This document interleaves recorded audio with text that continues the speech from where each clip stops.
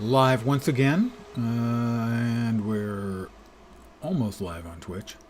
Come on, Twitch, wake up.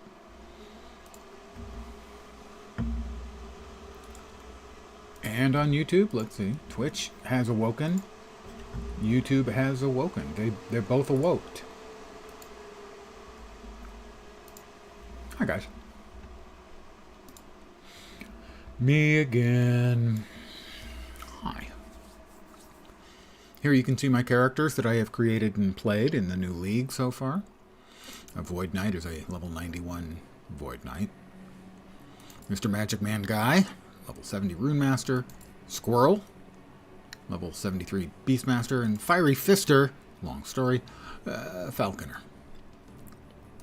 Warlock and Load, 67 Warlock, but this is Vulgarite. Good evening to whomever has joined me. So named because they're going to be dual-wielding Fulgurite shard knives. But now we're in the leveling up stage because those knives are high level, and I'm not.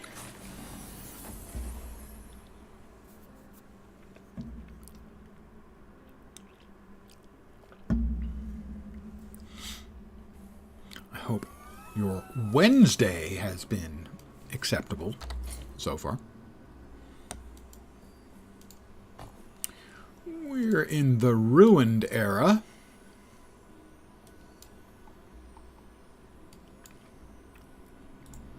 Getting to the Temple of Atera. Technically Act 2, I think.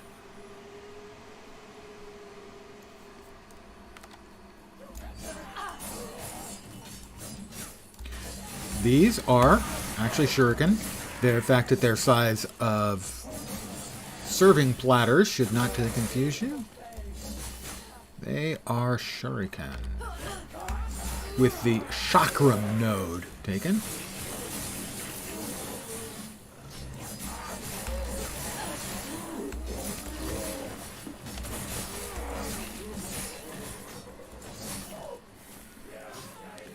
Going to be hearing a lot of that shing shing.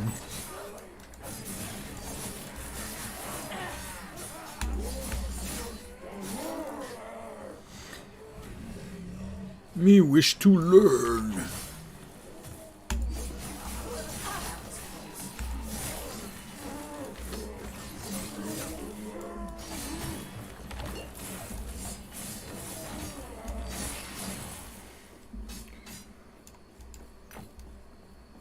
Let's see. Umbral Blades, we drop one there. Now they'll seek targets. And for shuriken, I don't remember where we were after flip of a coin. I'll check. Hold your horses. In the unlikely circumstance that you actually own any horses, hold them. Okay, and we're going here for our next 3 points. More damage multiplicative. Blood and poison. Ew, blood and poison. Ech.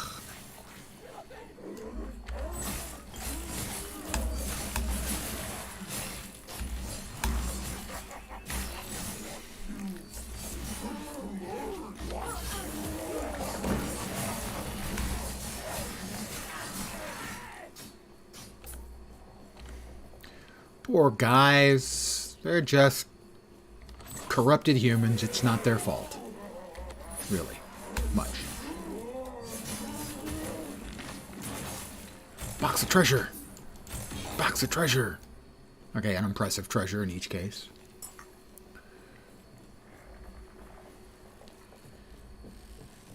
If you have not played Last Epoch, it is a Diablo-alike, just a damned good one. And for that matter, before anyone asks, to my mind, significantly better than D4.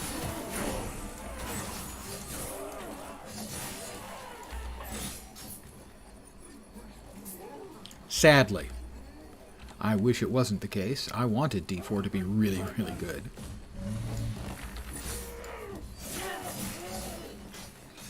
And it may still be. But if their itemization changes in Season 4 aren't noteworthy, that game is hurting.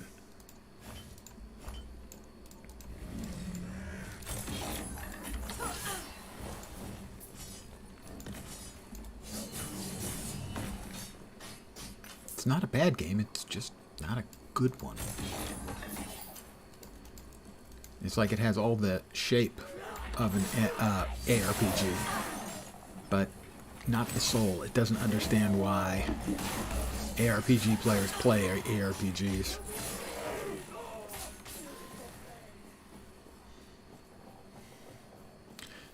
Occurs to me I have 2 spinning engines of death.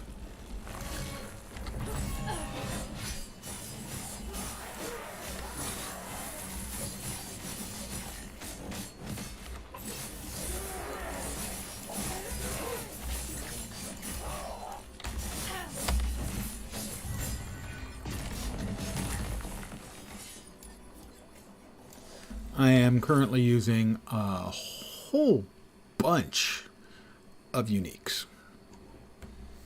And one of which I even turned into a legendary. Didn't get a very good affix for it, sadly. But you can't have everything. Or so I've been told. Not sure why. I kind of want everything. So why not? Don't suppose that's good for anything. Cinder Strikes. First attack. Oh, I do have it equipped. But I'm not using caltrops.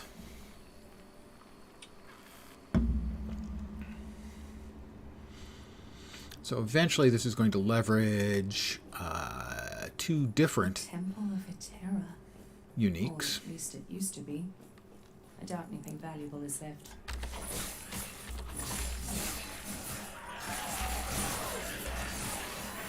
One for throwing shuriken, a pair of gloves, and the other are a pair of knives. And realistically, you want both of the knives. So I have them. I was browsing my stash of goodies, trying to figure out what build I wanted to play next. And I looked at this one. Needs interesting looking build. Needs 2 of these daggers and 1 of these pair of gloves. Scan the stash. Guess what I've got? All the pieces I need.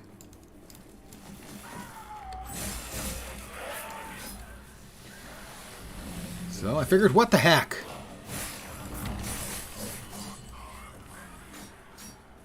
Who's going to tell me no?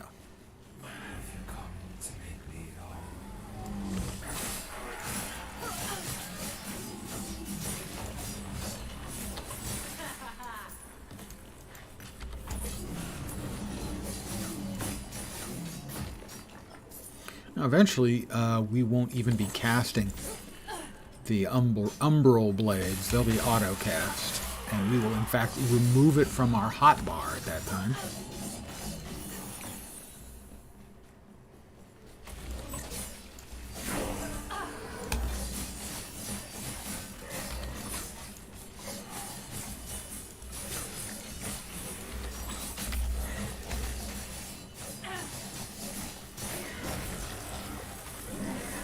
Which is kind of funny that we'll have it completely skilled up, but we'll never manually cast it, so it doesn't have to be on our hotbar, and we'll use keep decoy around as an emergency button with no skill points in it.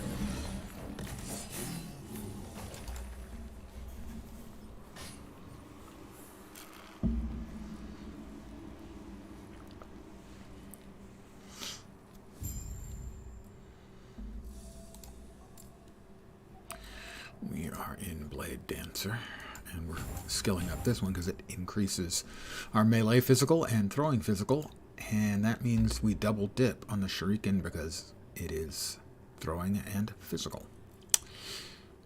We have just added synchronized strike is another one we will be using. We got umbral. Where are we doing with our umbral? 8 to 9. 2 more points in that. All right. Right. 2 more points in Steel Torrent. And they're not using this anymore. Let's go ahead and add Synchronized Strike. Jump forward and strike in an area in front of you while the shadows appear and simultaneously strike on either side of you. That sounds like fun. Nice little start there. Okay. And I guess that is automatically casting the Umbral Blades? Okay. The shadows cast the Umbral Blades. Nice.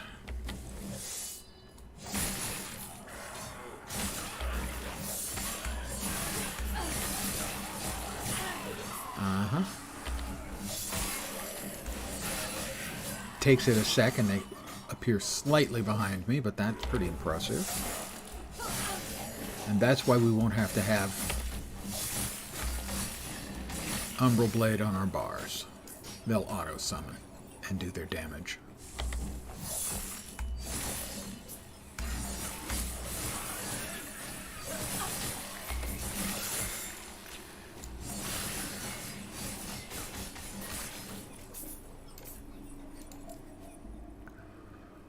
Next up in our shift.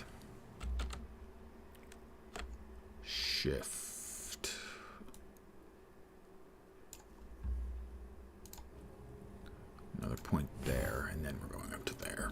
Right.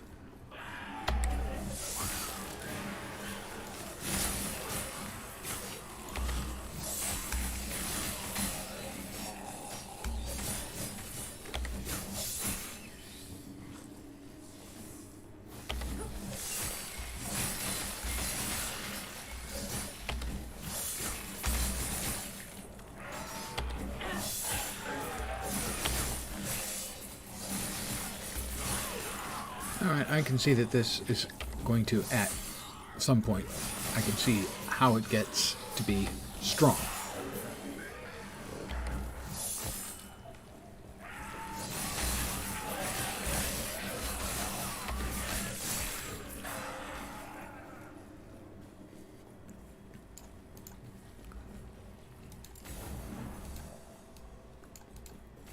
Like that. We don't want to go back to the Ruined Temple. It's actually a little faster in my experience if we go back to town. Hello there, Major Kicks. It goes, if I was yellow and actually had any hair, I'll put these up for hair. That was my impersonation of the emote you just used. I do my own work. My own stunt work, my own sound effects. Pretty impressive, if I do say so myself. And how are you doing, Major Kicks? I hope you have survived your hump day and can now look forward to a slow, gradual coast towards the weekend.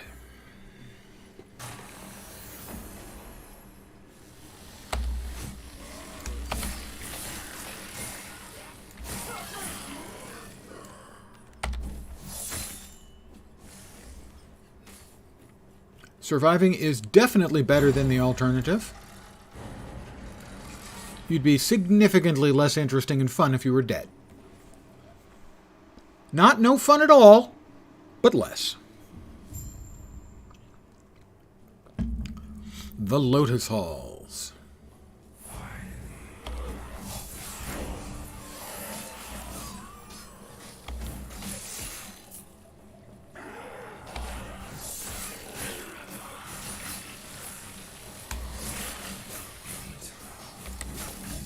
Ate some pork rinds that have that old oil taste. Oh, that's less than optimal.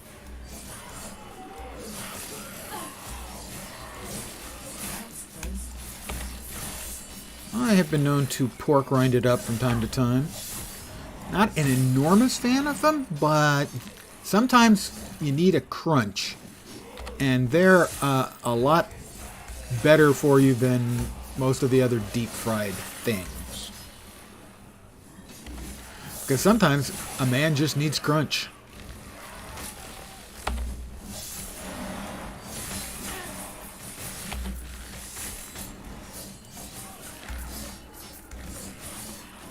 That is one of the things I have found that I miss most in my diet is good crunchy foods. And by good, I mean bad for me, but delicious. And also crunchy.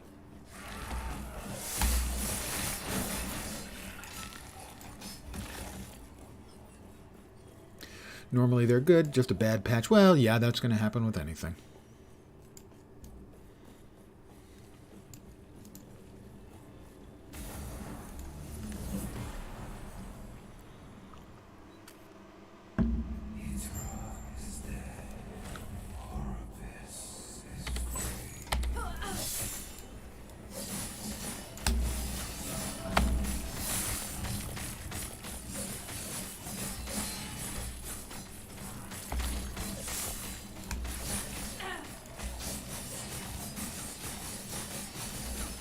Aha, he tried to fake me out. You think I didn't see that coming? You are wrong. Emperor's remains. Oops. Almost stood there yapping too long. And he's come over all, well, dead again. He's actually kind of was undead already. So he's re-dead. Multiply deadified. Deadosity. Take me back to the end of time. After eons alone, Okay, in a minute. 3 again become 1. A menage a On trois. the precipice of a broken world, there is hope. The epoch is reforged. As the traveler left, I'm the traveler. their real journey began. And my real journey begins. Damn it, Major Kicks. Now I want something crunchy.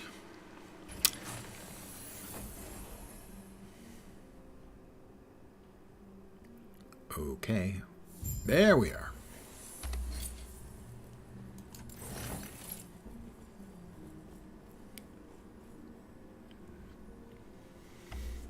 Sorry you're late. Was elbows deep in a server with a degraded raid. Or it was running degrade 0 or 1. It's a computer joke and not a funny one. Messing around with a messed up raid is one of those things like backups where it always made me very uneasy because of the number of things that can go wrong. Let's hold on to these. Hammer throw and bleed while at high health. Cinder strike first attack and caltrops. No, we don't need those. We'll sell those. These items might be your best bet. I hope the raid array has been re-arrayed. God, help me. For those of you who never worked in IT, you're probably more familiar with the concept of how a fire department works. So that's kind of what it is. A lot of life in IT is I believe censured. waiting for something to catch fire. And a fair chunk of the rest of the time, it consists of, if you'll pardon the phrase, The rest polishing your fire truck. up to you. Trying to get everything in place so that when the fire starts, that we're in place to put it out. Rather lose one drive and degrade a raid, yep, than lose a single drive without a raid and have to rebuild. Also, yep.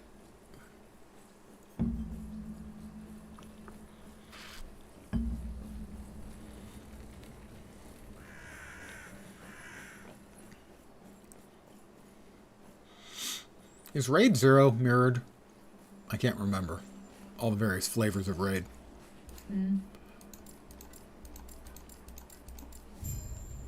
Yes? See. Stay safe.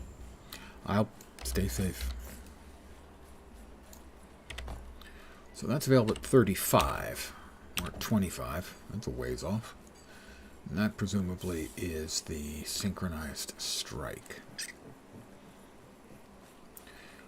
Click on this. Oh, quest. I'm very good at completing quests that require me to click on something. What do you want? Raid 0 is striped, Raid 1 is mirrored. Okay.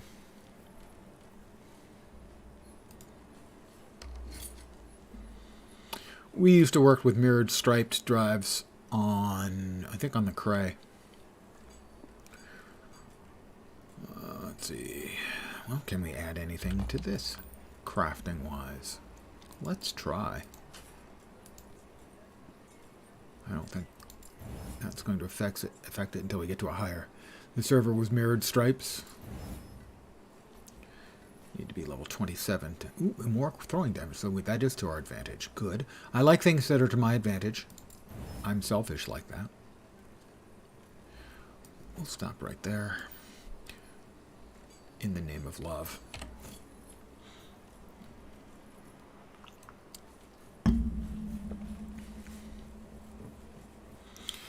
Is there such a thing as showing up late for stream?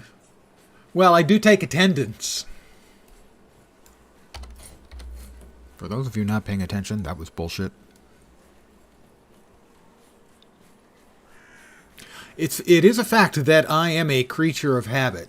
He's very old. He likes things consistent. I do. I really do. But then I always have. It's not because I'm old. Maybe it's more because I'm old. But I am very, very much a creature of habit who gets uncomfortable when forced out of my habits.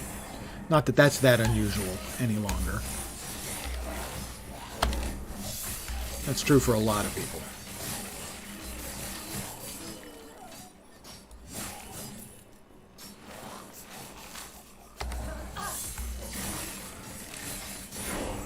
Level 26.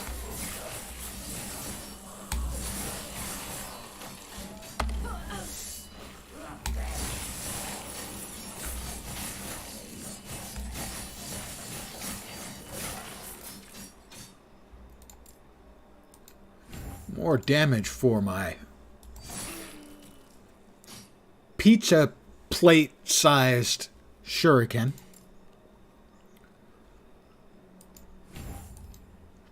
They deal more damage multiplicative with other modifiers per stack of bleed or poison on the target up to a maximum. Got that? Good.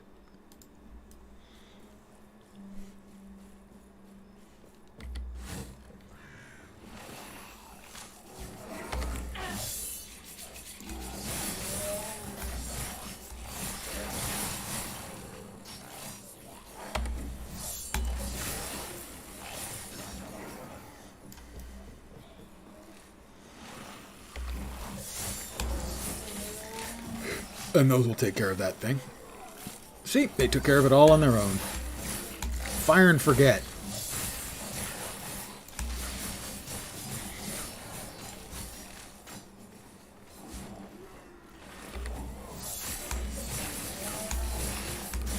My days are very, very routine. I wake up. That's a good start for a guy my age. Any day you wake up is a reasonably good start to your day.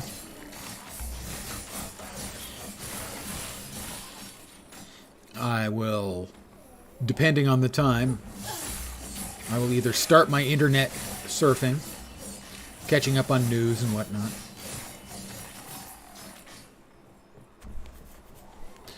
or I'll have my breakfast/lunch, which most days is going to be a bagel with a few measly cold cuts on it. About 230, 250 calories.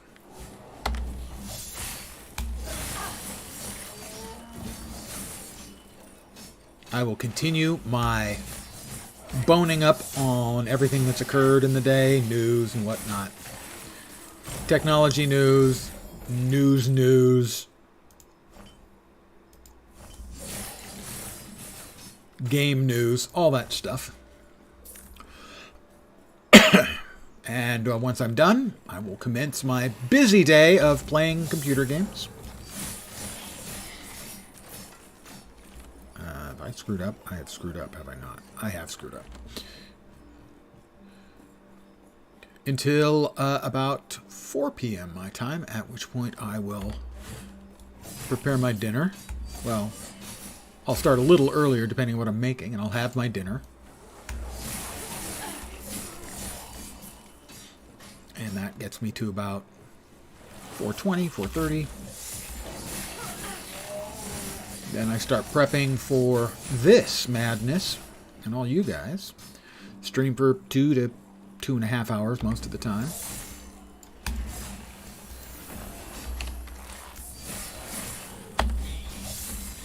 Call it an evening streaming, and then get up, stretch, walk around. Most nights, but not all nights, I'll have a late night snack. Another 200 to 300 calories most of the time. And under most circumstances on any given day, we're talking about 1,300 calories, a whole bunch of computer gaming.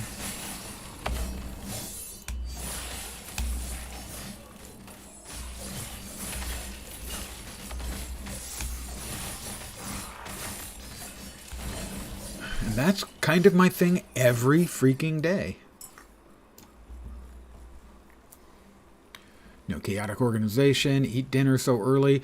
I do that. I mean, historically, that's the old people eat early. They go to Denny's for the, what is it?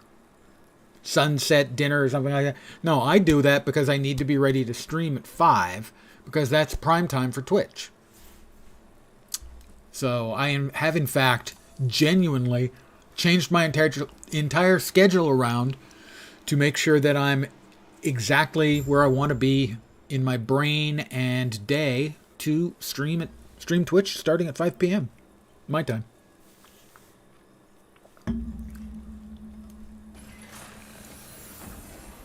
Historically, I'm a late night owl.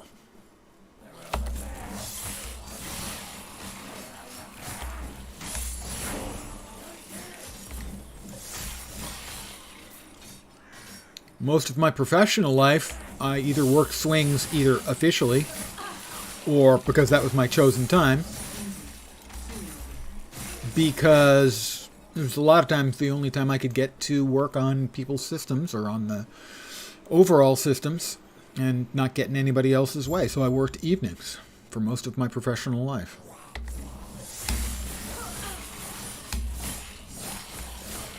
And for most of that time, my schedule was go to bed about 4 in the morning.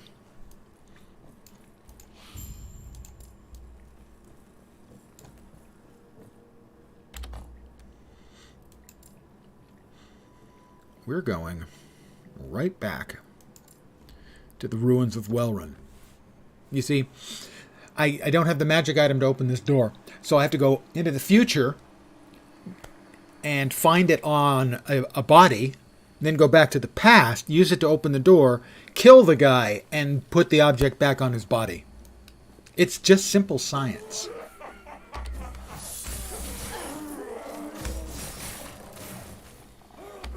We all know that is exactly the way it works.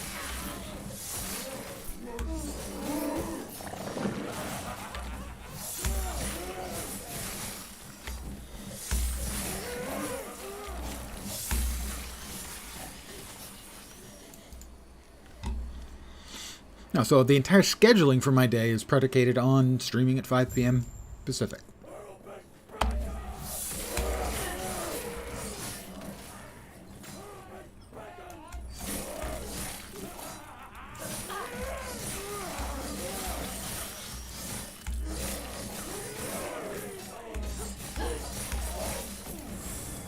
And it also allows the late night, although not stupidly late night, Europeans to pop in, which is cool as well.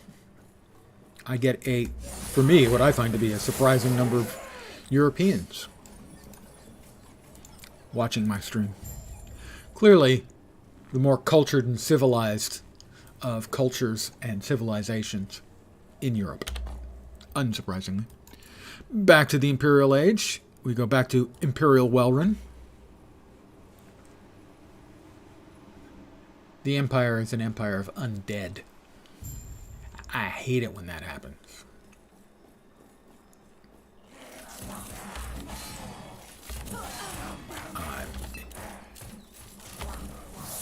Twice in a row, I was interrupted in mid-leap by being stunned.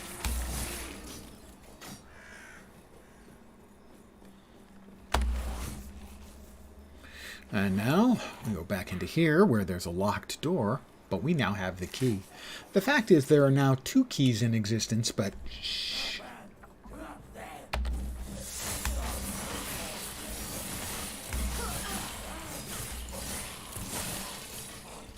We got another level in there, and that, we have now maxed out our melee and throwing physical damage increases, along with a side order of dodge on that. We had just finished up 4-4 on Steel Torment. Torment! And next up, Umbral Blade. Hits inflict a stack of Shadow Dagger on hit while using a dagger. Not currently using a dagger. We'll be using a dagger later. And also a point in Shift. Essentially sort of a teleport.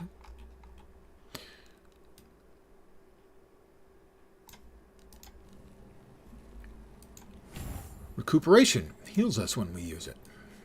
Hey, look. Guy's laughing at us. Identify yourself. Only those with the officer crest are permitted beyond this point. What are you doing? Guards! Guards! His name is Humpsk. He's a looker, as you can see.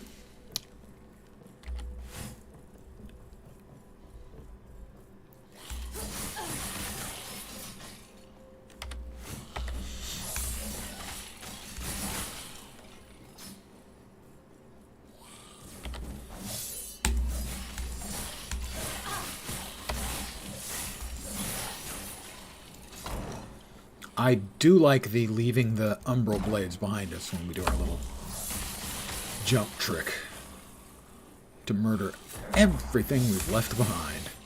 Well, maybe not everything, but many of the things.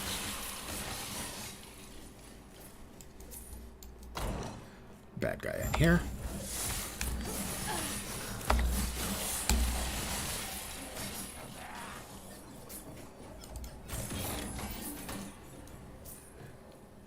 And we flipped it back onto his inert corpse so that we can find it in the future, which we just did a minute ago.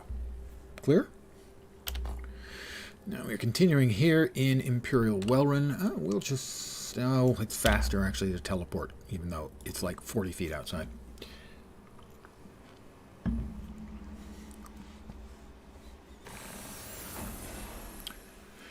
It has similar mechanics like that one first-person shooter game. The title eludes your brain at the moment. Well, there are no shortage of those. Come on, man. You gotta have a clue for me. I need all the clues I can get, because obviously I'm short clues, generally speaking.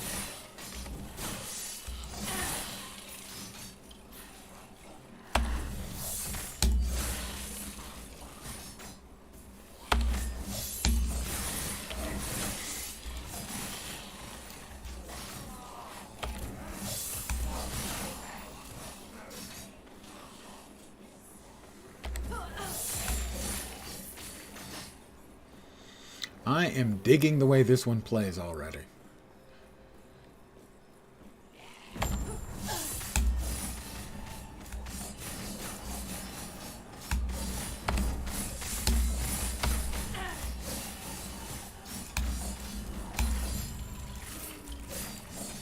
Yes? Gansy with you. It is shaping up to be a fun build. I was a little concerned about that because, you know, any build that I haven't played in the past is, you know, always, is it going to be any fun? Is it going to be effective? Well, I mean, I'm leveling, which is pretty easy. I've got really strong leveling gear, so that part is easy peasy. It may or may not be lemon squeezy. You know, it's hard to know for sure. Easy. Too easy. Well, apparently it is too easy.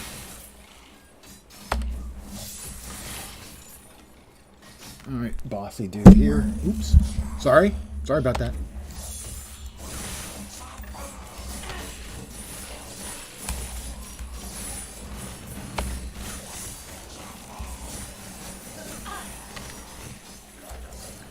Mind you, that's not that little hopping attack that drops the umbral blades. That's not even my movement skill.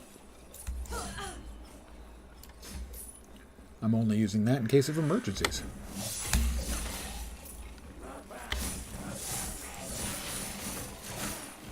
Whoop, we got a unique drop. Bone Harvester. I have a bunch of those already. Definitely going to go with an Acolyte for my next build. Either a Necro or a Warlock, I think. Lich is possible, but less likely.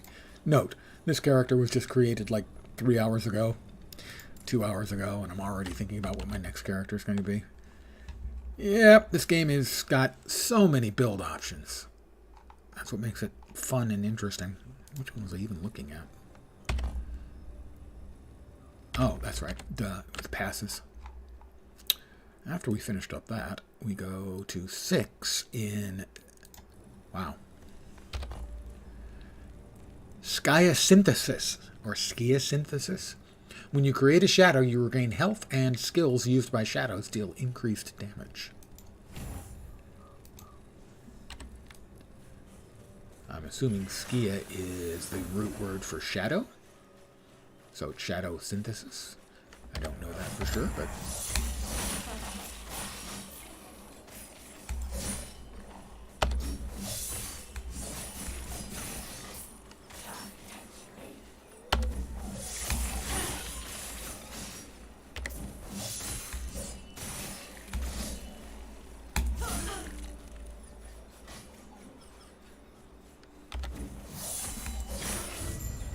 Quest completed.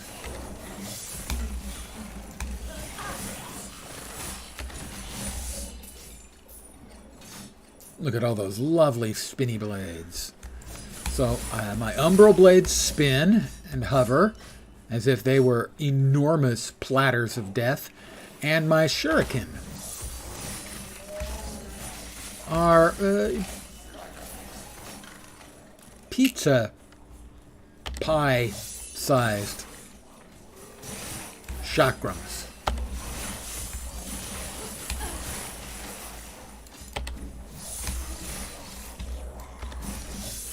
I like the spinning circular item motif. Well, I was speaking about the chakram. The chakram are smaller. They're probably about yay big. The really big things are the umbral blade. So this is the chakram. You're right. That's pretty goddamn big. Biggest place I know of is I can buy 18-inch pizzas. And that does look like larger than 18 inches. Although it also has sort of this red spinny area around the outside. And that may just be flourish. And maybe the metallic part in the middle still does look more like 24, 30 inches. So, yeah. You're probably right. The other things are closer to like 6 feet, so. Well, I have not beaten an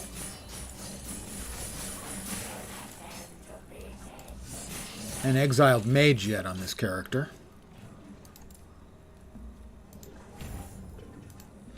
So I'm going to try that.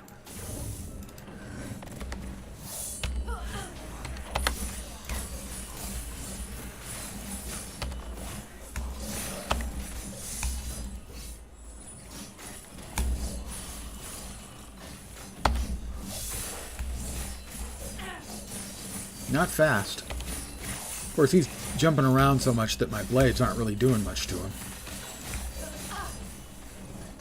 And he jumps out of that right as it gets to him. Jerk.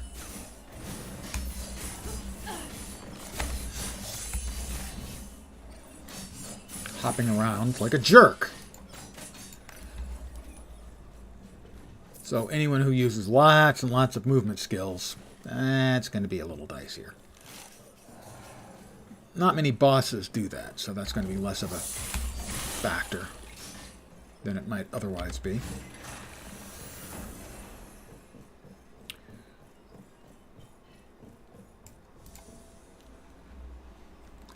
Oh, believe me, the pizza here is great. There are two places I will regularly get pizza. One has a chicken bruschetta pizza, a white sauce, really garlicky, with chicken. Just great. The other place has got two pizzas that I really like. One has rather standard toppings, but also puts at least 60 cloves of roasted garlic on it. And the other pizza they make there is called the Figgy Piggy. It has bacon, feta cheese, sage. I'm missing something important. Bacon, there we go. Bacon, feta cheese. No, I said bacon before. Sage and figs. I rumor that your state put broccoli in the pie. Well, I'm sure that there is broccoli in some California pie. The infamous or famous California Pizza Kitchen restaurant,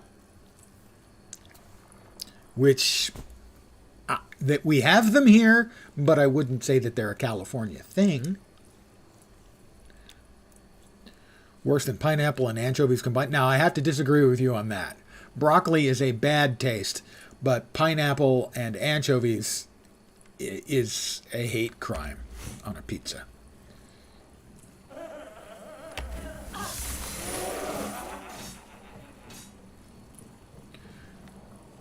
Now, I also hold a somewhat unusual stance on pizza in general, that it can be delicious and not be a pizza. It's basically a flatbread with toppings.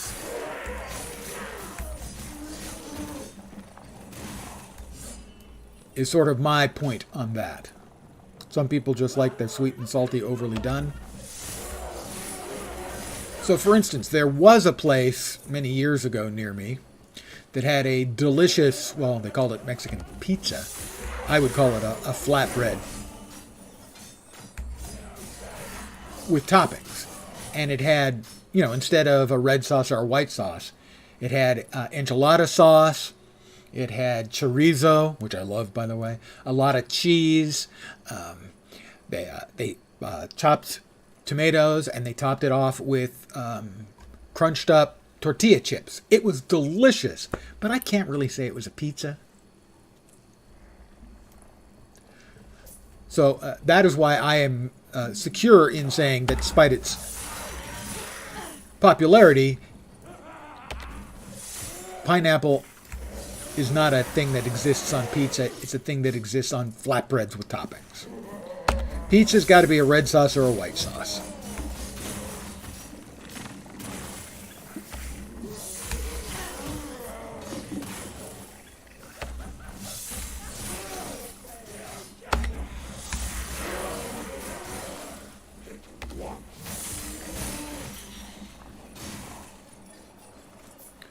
Pizza became a useless definition ever since the calzones were added to the category. Well, calzones are great too, but they're not a pizza. I understand why you would include them on a pizza recipe, but they should be listed as calzones.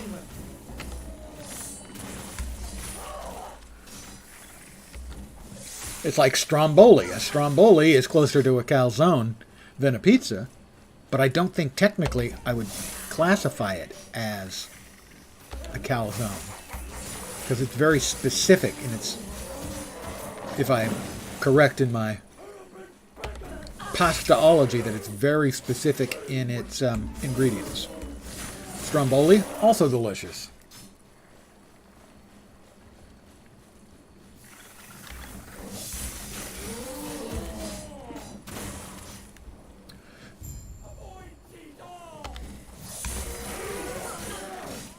I'm certainly a supporter of anything you like on your flatbread with toppings is great.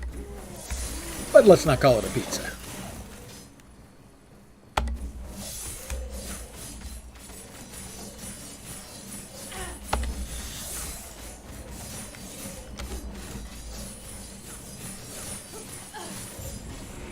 may be the fastest I've ever killed that guy.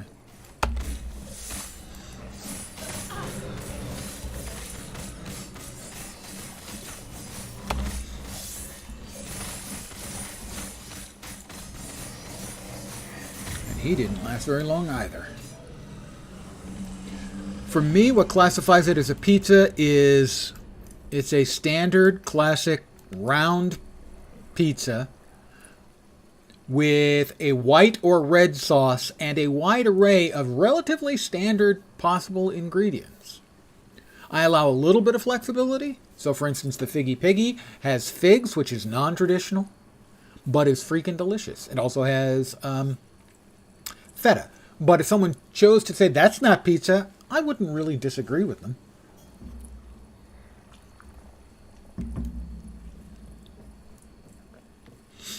By the way, the Figgy Piggy is just incredibly good.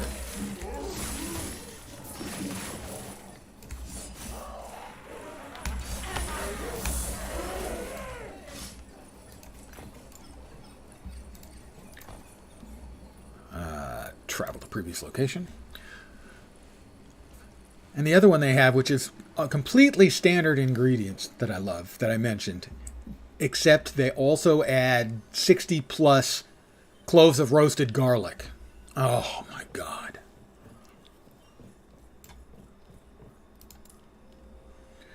Redonkulously delicious.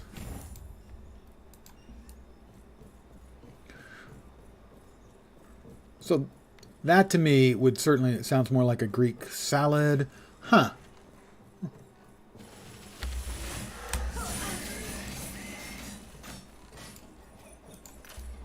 Certainly the feta and figs, maybe.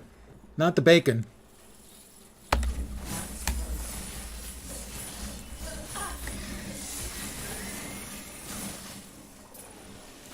But I can see your point.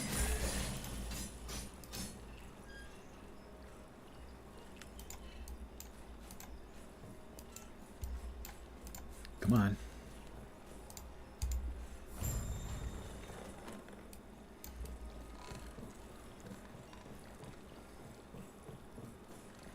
Variant of margarita. Yeah. Well, margarita, of course, is the classic, simple, perfect form.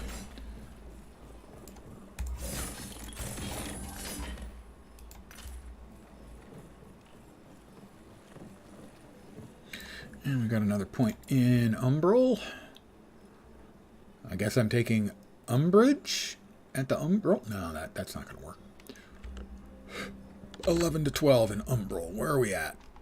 11 to 12. 11, 12. We head east. Umbral Blades deals additional throwing physical damage. Ah. Well, that just adds to our other throwing physical damage, too. Welcome, traveler. I will defend the seer. Although, really, if she was any good as a seer, she'd have seen this coming and told me.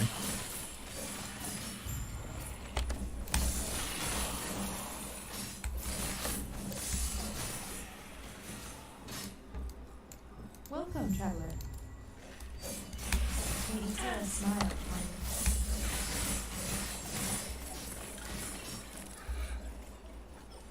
you. Now another shift point. Where were we? There, I think. Swift recovery. No. Ah, we needed 3 to open up Shadow Slip. Invulnerability while shifting. That's a good one.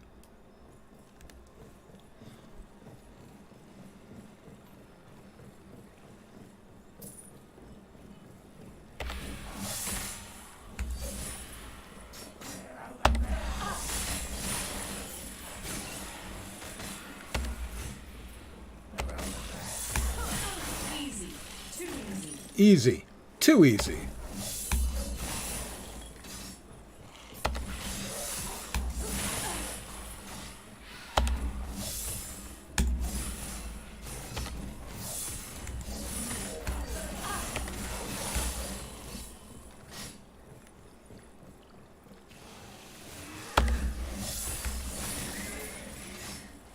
We'll skip the exiled mage.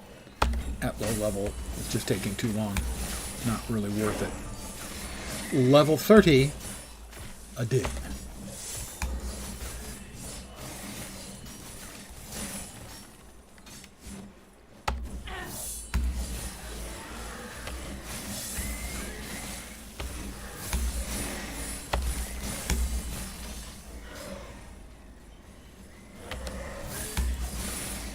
First time I've run out of mana. I will have to keep that in mind, that when I'm vibing, grooving with the use of this particular build, that I may just run out of mana from being too cool too fast.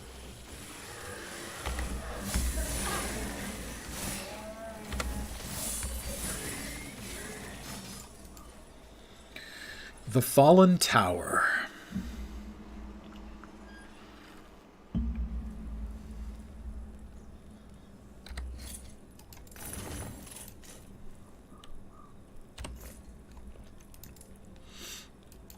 More skiosynthesis.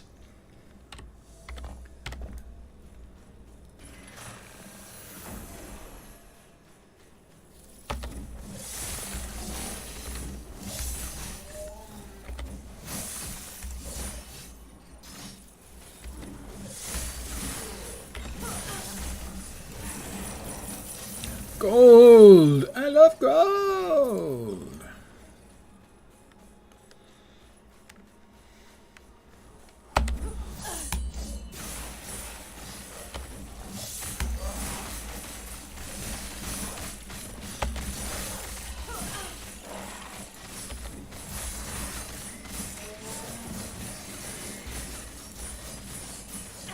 Let's just spam it at him.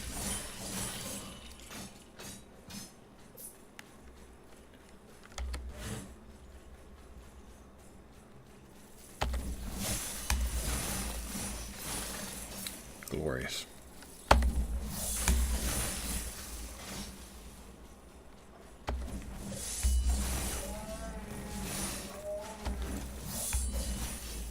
Easy. Too easy. Easy. Too easy.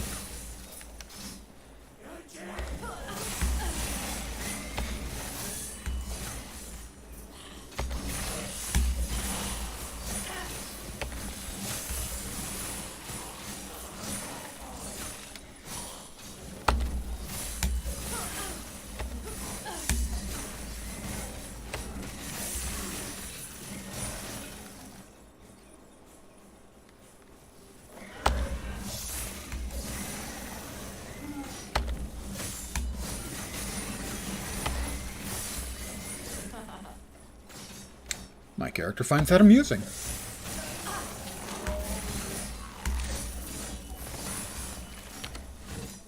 Into Imperial Fatima. We're heading for this big boat you see here. We've got an admiral to kill.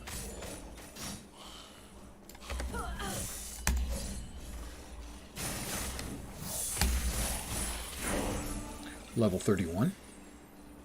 I'm on a whole nother level. That was close. Easy. Too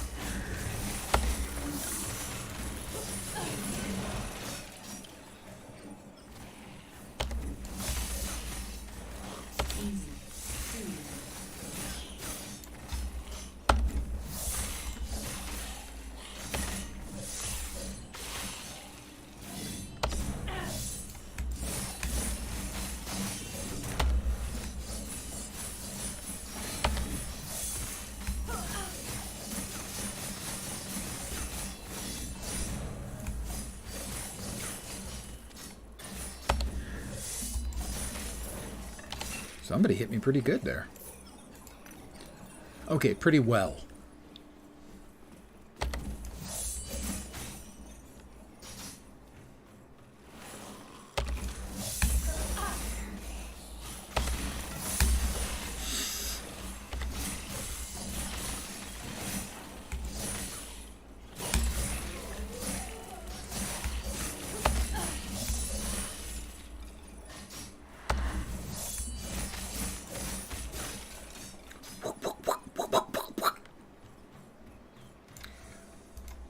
onto the Darkling Pier, and then the boat.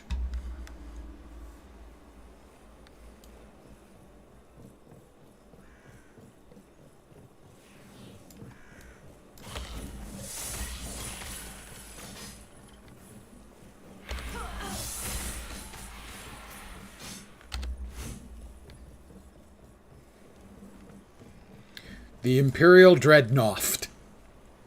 Dreadnought. Okay, Dreadnought. Gotta say, Dreadnought is a cooler sounding word than Dread Nothing at all.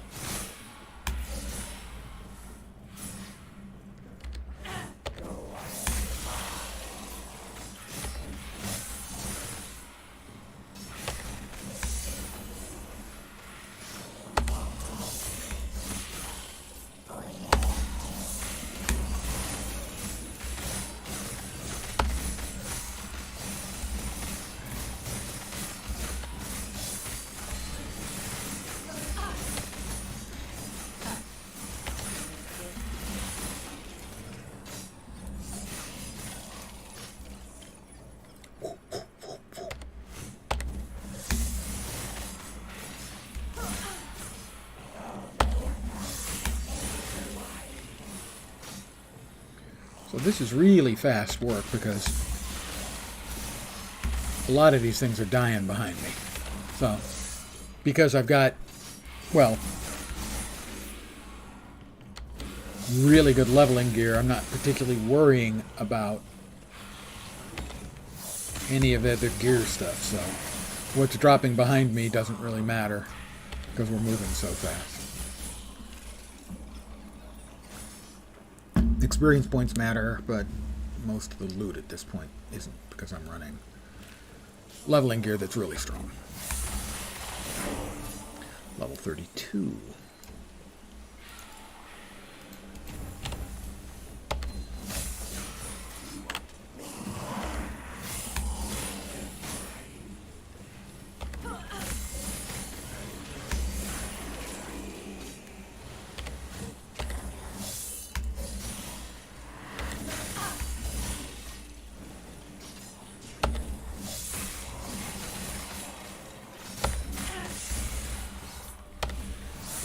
I don't even really need, like, the various crafting bits because I've got so many of them right now.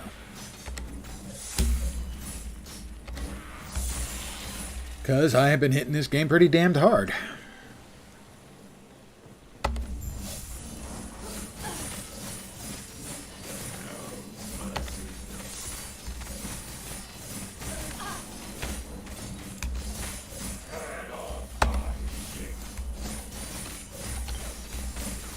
I'm not sure it's really your ship anymore since I'm here and you're about to, you know, croak.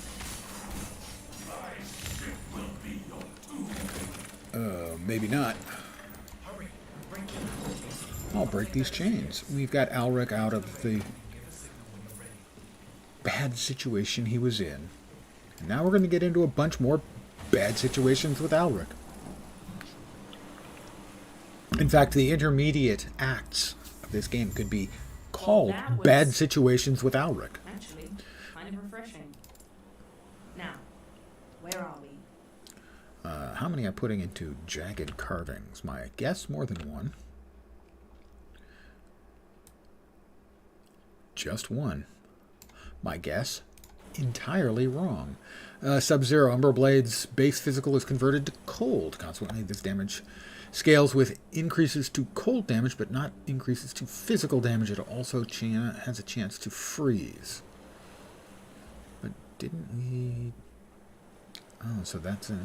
okay.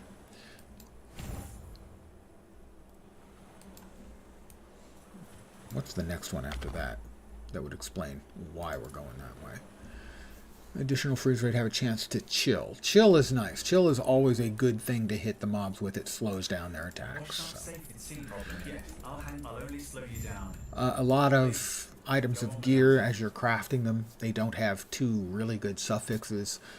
A safe one to throw on is chill, because slowing the enemies is always good. Whereas something like poisoning them or setting them on fire, the amount of difference that's going to make will be really small. You know, one ignite or bleed on a critter isn't going to do much. But slowing its attacks is always good news.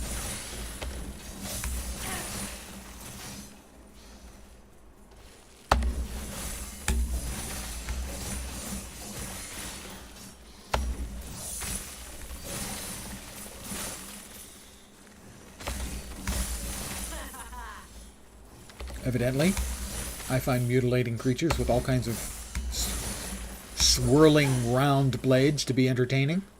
But then, who doesn't?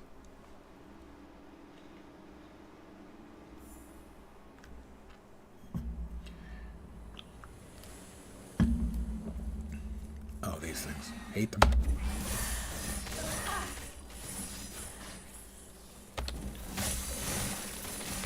Ah, that's what this is the fidget spinner build. They're all just fidget spinners.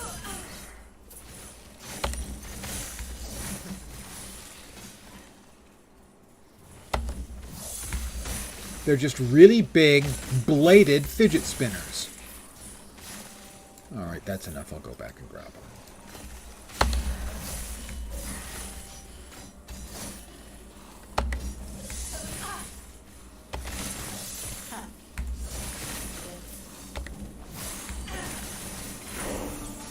Level 33. Not sure why I sing it. Alright, where to next on the passive tree? We've got 6 points there. Ah. Okay, we're going 1, 1, 1. Passives. 1. Next will be here. And then here. We're getting to apostasy.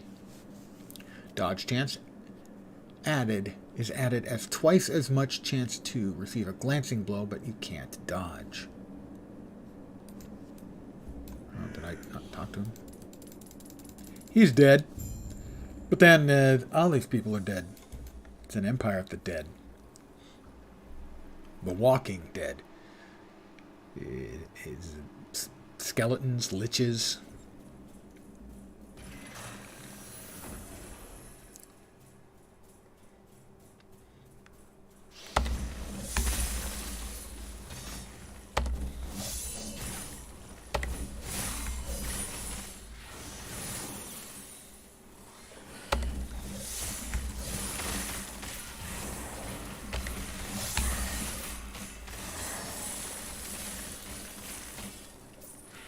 Oh, I did click it up there.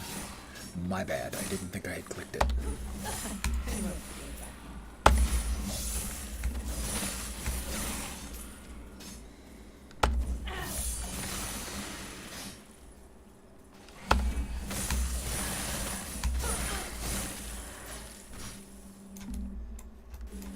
Whoops, misclick. Hold on. There we're back.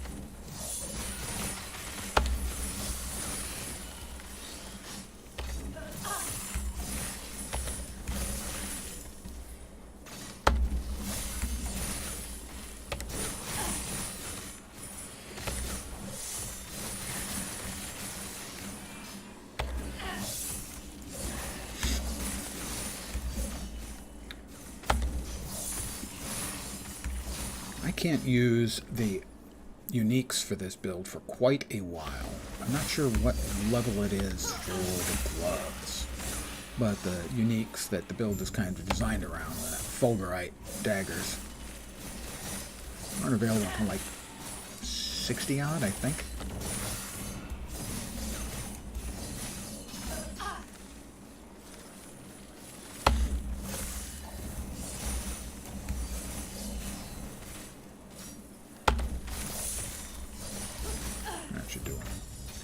That did him. More treasure. That's why we do this. For the treasure. Treasure for the treasure. For the treasure. And the ladies, of course. Lord knows, there's so many ladies that dig a gamer.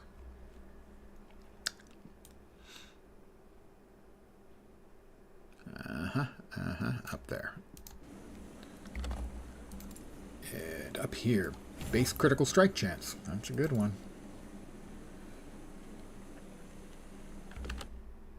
And for our shift, due north. If using a melee weapon, when shifting, you perform an unseen strike, hitting enemies along your path. Well, that will teach them. Not sure exactly what it's going to teach them. But something, I'm sure.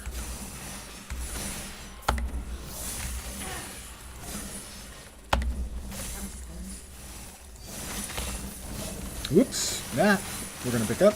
Yeah, hollow finger. Pull my hollow finger. And that's level 34. I am leveling apace.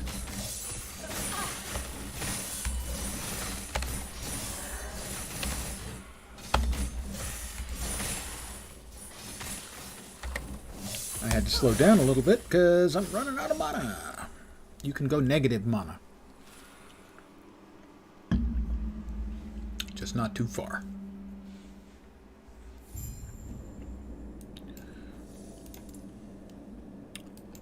One here, Shroud of Dusk. You have additional health, and you have a chance to gain a stack of Dusk Shroud when you're hit. Each stack of Dusk Shroud adds 50 dodge rating and 5% chance to receive a glancing blow. Now, the way the Oracle. Hi, Alric. I've seen how you handle yourself.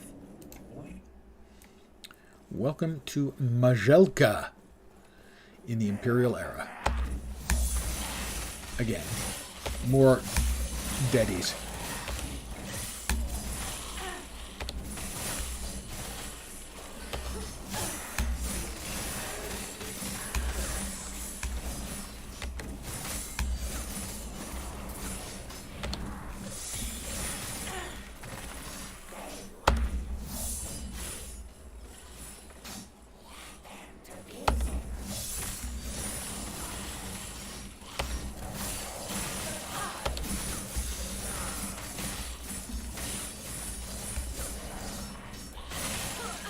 Alright, Alric.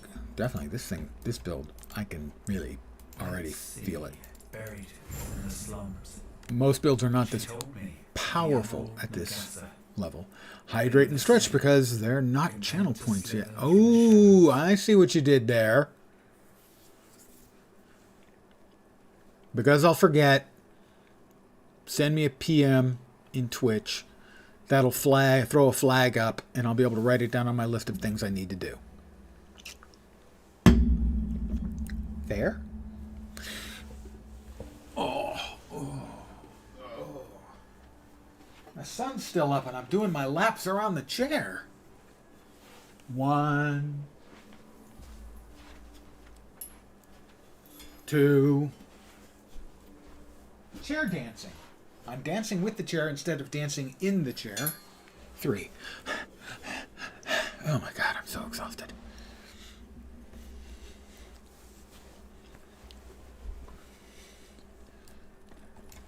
Well, that's the thing. That's the sort of thing that I don't know when I'll get around to. And the if ever is implied but not spoken.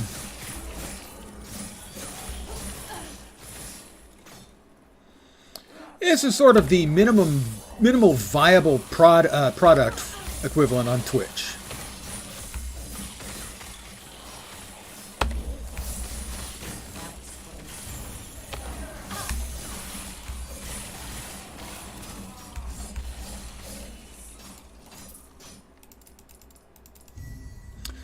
Another passive point. And there we are. We now have apostasy. Lens the apostate. Lens has a prostate. Wait, what? No. That wasn't what I meant. Another point over here. Where were we? We were going to there. Are we going on to Cold Snap Strike? Are we? We are. For 2? No, just for 1. Interesting. Well, I guess because they're spinning, they do a whole bunch of attacks. Therefore, a 12% chance will probably be enough.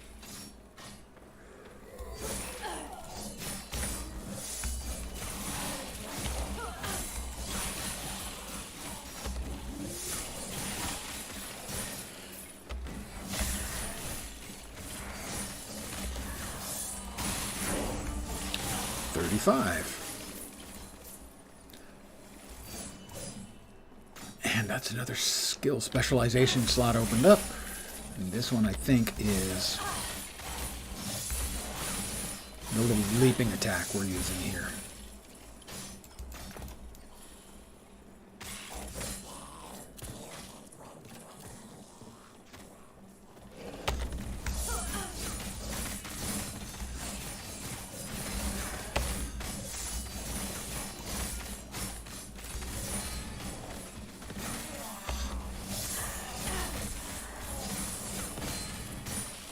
Quit leaping around like that. You're going to hurt yourself.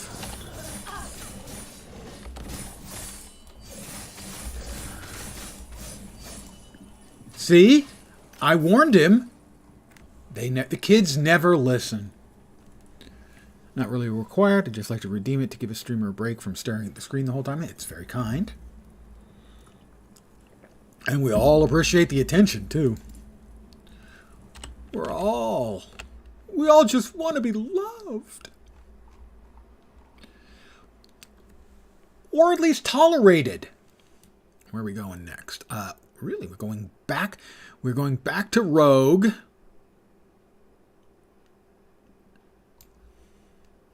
And just that far? No.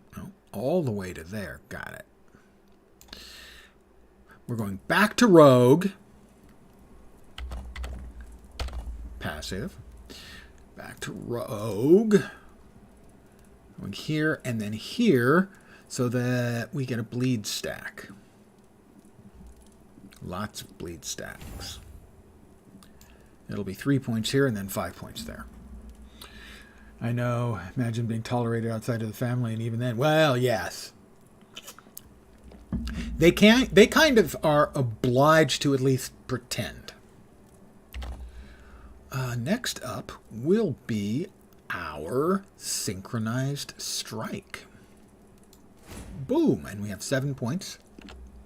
As you level up, your starting number of points per skill increases. So I will start with 7 points in synchronized strike, and I haven't got any idea where they go. We're showing 7 there. 3, 1, 2, 1. 3, mana efficiency, good. 1, area.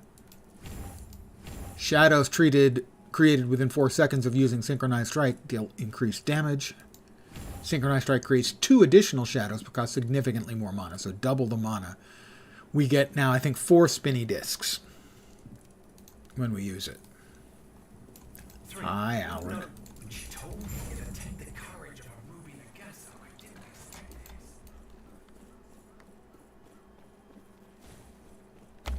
this. We'll now test our theory.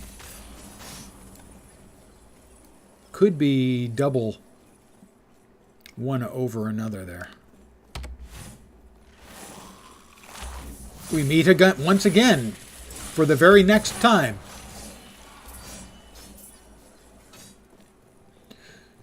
And how are you doing this evening? Chuckles.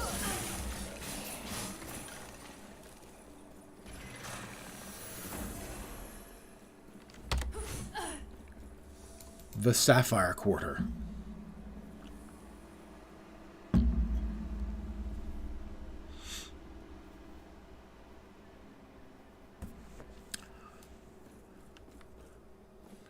So in my ongoing, not complaint, but notice of the fact that we are seeing a lot of good, interesting games coming out. Path of Exile's next patch is coming soon. And so that's another one to add to the list of things I need to be doing.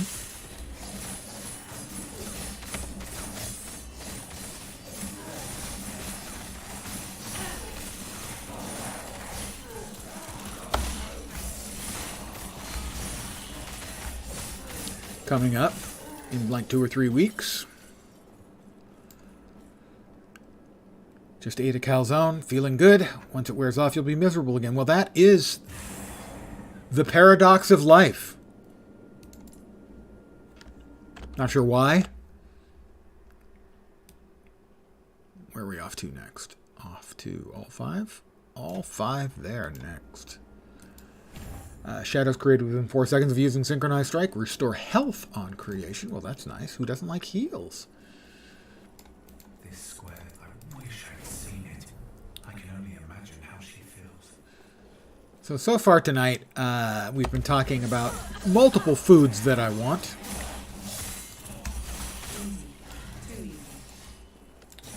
We started first with crunchy food. That wasn't specific. It was mostly chips or pork rinds, you know, something crunchy. Then it was pizza and calzone, and now we're back on calzone.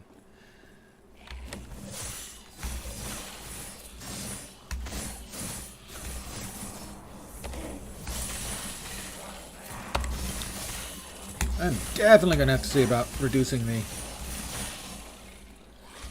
mana cost on that for sure.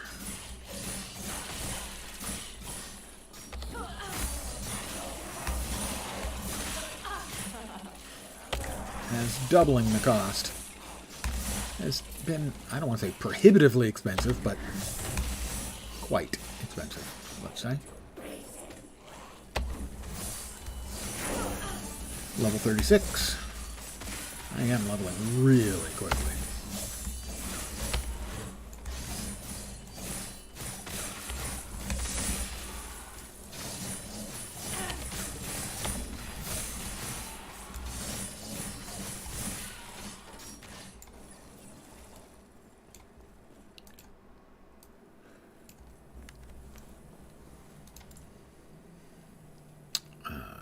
We need 3 here. This is just a straightforward attack damage or throwing damage buff. Another one here. This is going to be in Shadow Rush. Whoa, what a rush. A word of advice. Don't ask her about the diamond matrons. I won't ask her about the diamond matrons. Oh, we actually don't want to run there. We want to take his portal. Oh, it's magic. You know.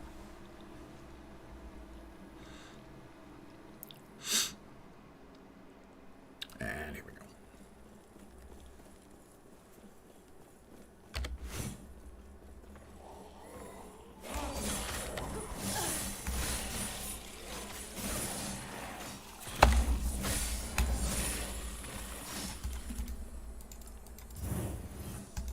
Into the Oracle's abode. I'm getting all choked up.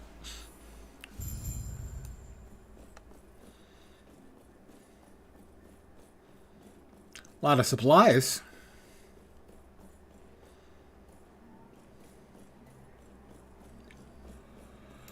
Pardon the yawn. Let's make sure. Okay, yep.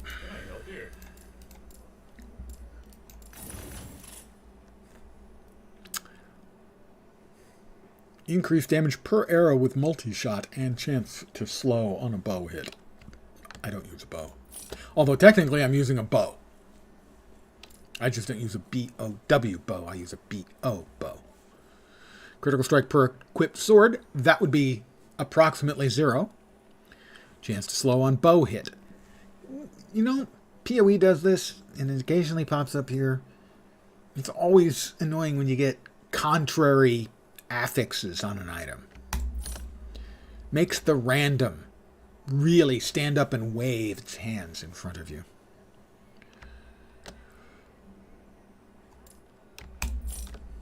What do we got? Snowdrift, cold pin, cold damage with spells and attacks, increased movement speed per 2 decks.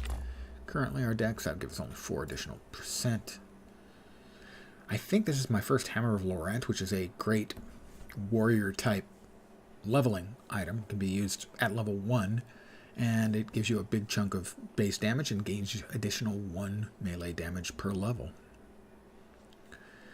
Bone Harvester, I've got a bunch of those, and I think a bunch of Scavengers. Don't need that.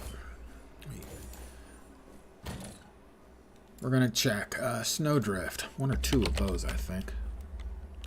Is it 1 word or 2? This is my first pair of Snowdrift?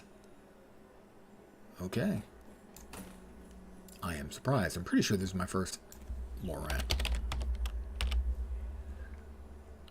My first Hammer of Laurent. But it's a 4 high, and that's a 3 high space. Where? Oh, I know where we have a space. My tabs started out so organized. Not so much anymore. Bone Harvester. We've got an LP2 there. An LP1. And 2 more LP2s. What this tells me is we don't need the LP0. How about the Scavenger? A couple of them, it looks like. 2 there. Do we have one with legendary potential? We have one with legendary potential of 1, so that can get sold. How about Hollow Finger?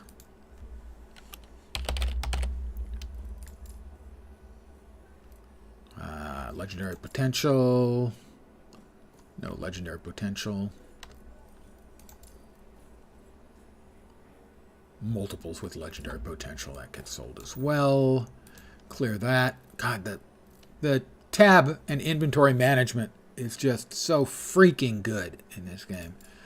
Compared to literally everything else. But especially Diablo 4. Oh my God, does it make them look like utter incompetence.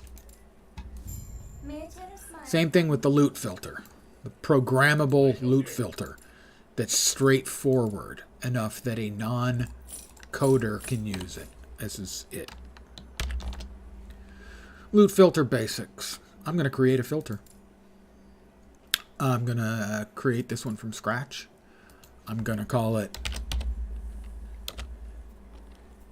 No Whites or Blues. We'll make it blue. And we'll give it a death's head because that's metal. We're going to add a rule. Sorry. Add the condition. Oh, sorry. We want it to be a rarity filter base. We want normal and magic. And that's show all, and we want to change that to hide all. That's it. I won't see any more white or blue items on the ground. I'll see a little color beam, and I can choose to look at them, but now they're not cluttering up the screen, and I'm not picking them up, the ones that I don't need. PoE has filters, but it's a third party. Yeah, Filter Blade does amazing work for PoE, and it's one of those cases where a Path of Exile, the game would literally not be playable if it wasn't for outside tools. Path of Building and the people who put together filters are a perfect example.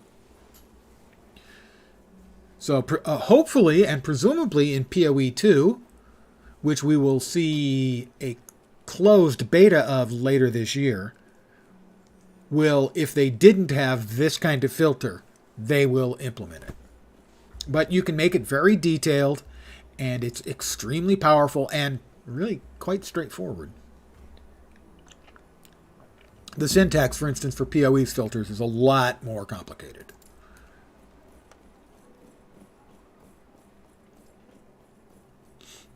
Oh, I did want to do a quick check and see at what level I get my gloves.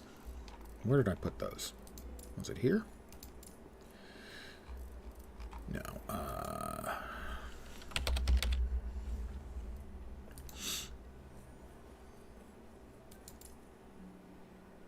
Yeah, there they are. I do have one with 1 LP. I didn't have any good gloves. Level 45. The one with 1 LP sadly has vastly inferior stats. I'm going to carry this one around with me because we're getting within sniffing distance of that. What it will do is it will add 2 additional projectiles to shuriken. It'll increase the poison chance on throwing hits and the throwing crit multi, which is a bunch of nice big additives on top of it.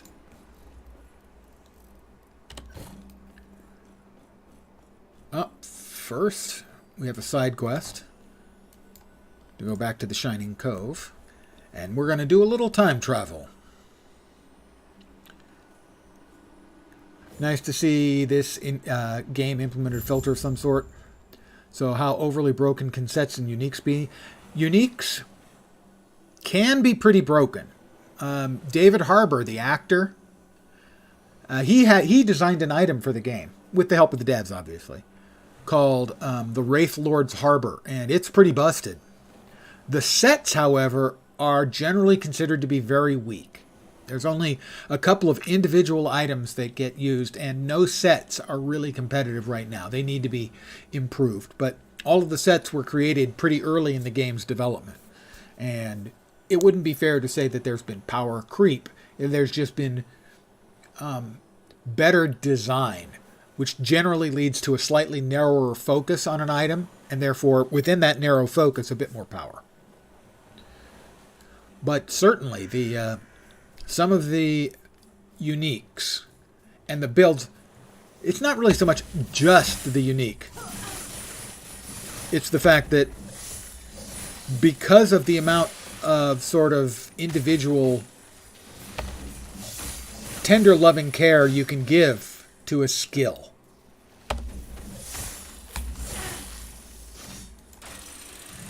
because of, every skill having its own skill tree, the amount of customization you can do within the skills to fit with the uniques can make for some pretty busted ass builds. Right now, the single biggest busted thing in the game is Ward, which is similar to PoE's Shield, except it works differently in that it decays on its own.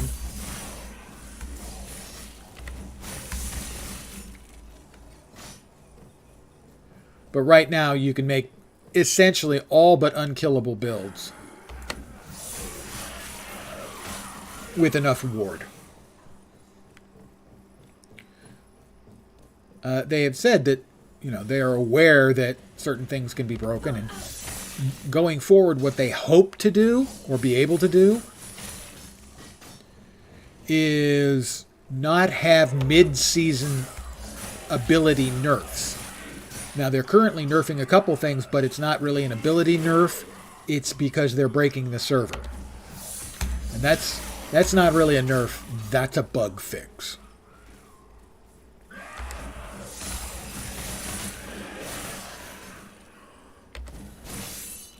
So basically, what they plan to do is, unless something is beyond broken, is to let it sit for a cycle or a season.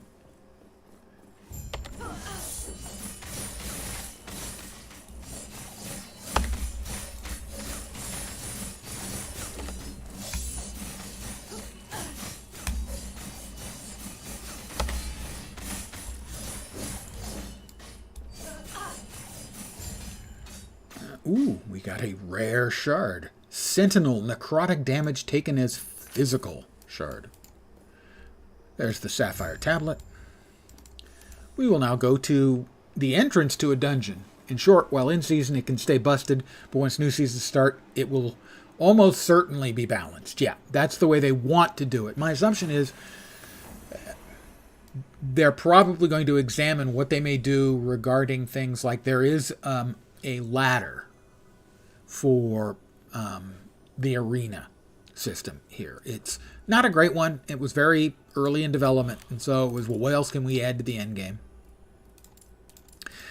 And they said they're not going to make any adjustments to how it works now, that anyone who's using one of these busted builds, their numbers will stay up, but they're going to look at the system in the future. So in the future, if they find that something is grossly overpowered because they missed something, and they're a small team, so they're going to miss more stuff than they do in PoE, they will consider making adjustments to how it affects the arena in the future. 45, wasn't it? 45, and I'm 36. So this is a level 55 dungeon. I will probably come back here at somewhere around level 55. And what I'll be doing is, if you run through the dungeon, you beat the boss, you exit the other side, it allows you to skip in the Divine Era a whole bunch of content and get to the Circle of Fortune earlier than going through the entire storyline. Unsurprisingly, we're ARPG players. Skipping the storyline is kind of what we want to do. So it's somewhat going to follow PoE in some extent, as far as I can remember. More or less. Generally, PoE is more likely to nerf stupidly overperforming stuff. And definitely they will, again, if it affects server. That's a common sense approach. If it affects server stability, gotta go.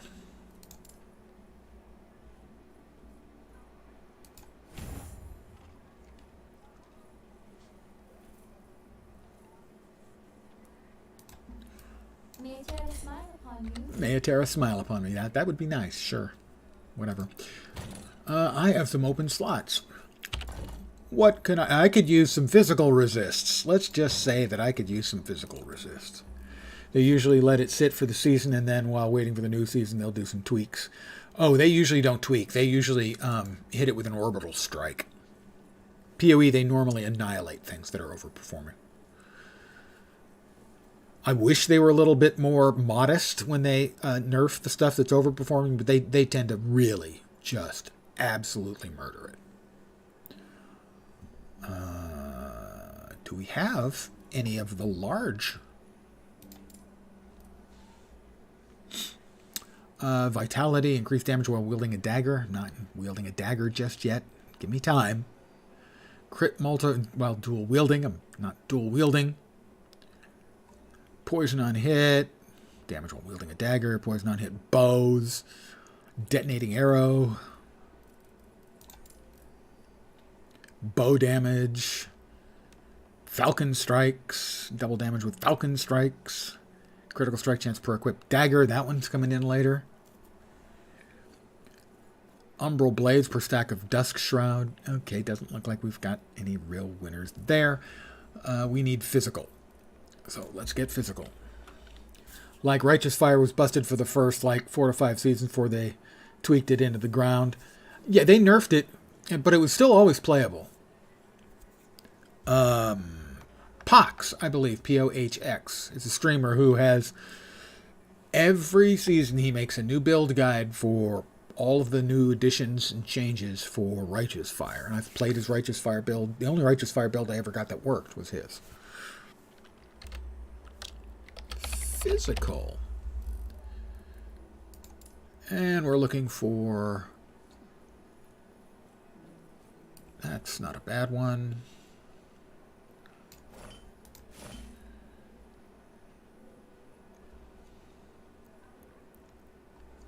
Physical chance to poison. Yeah, that seems pretty good too. Go there. I could use one more physical because my physical was at 0. There we go. And more physical. We were at 0 physical resistance. We're now at 45%, which is perfectly reasonable. Our void is 0. How did I not die doing all that void stuff? Only Righteous Fire build you did was the one in the incinerator, and then it got nerfed the following season. Well, yeah, that's... Balance is a difficult thing in an ARPG, especially given an ARPG that changes every 3 months. And that's true for PoE, and it's going to be true here as well. I believe they're planning on sort of offsetting their seasons, their cycles, with PoEs. And what's going to happen when PoE 2 comes out, that's not clear. And on the list of other games I would be playing, if there weren't so many other games I wanted to be playing, there was a new season of Torchlight Infinite, which is a perfectly reasonable ARPG, more casual, also playable on mobile, and I play it on the PC. The PC implementation is okay. The UI is serviceable, almost.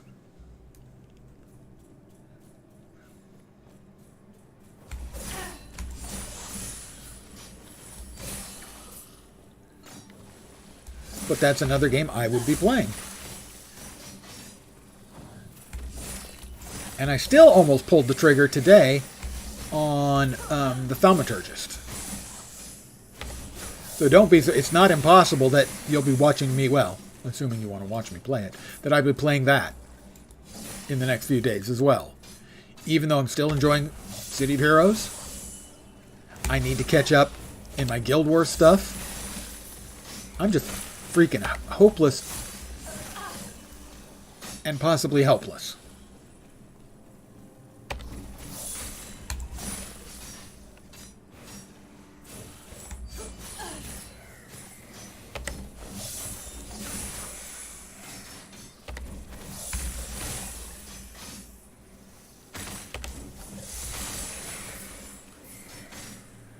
Just right now, there's so many games I wanted to play or try. It's just...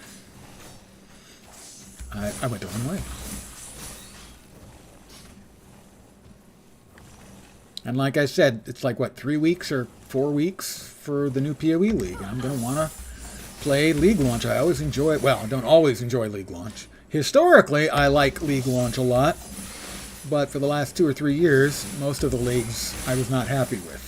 This last league, on the other hand, I was very happy with. To my mind, it's the best league they've had in several years. Level 37.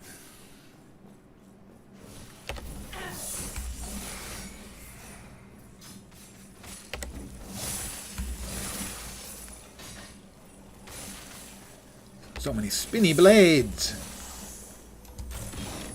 And I went too far again. Let's go ahead, pop that point there.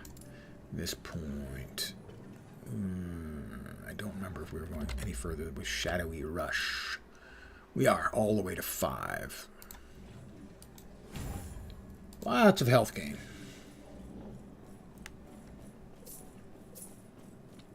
I'm almost complaining about how many good games there are out right now. Why couldn't you guys just spread them out a little bit more?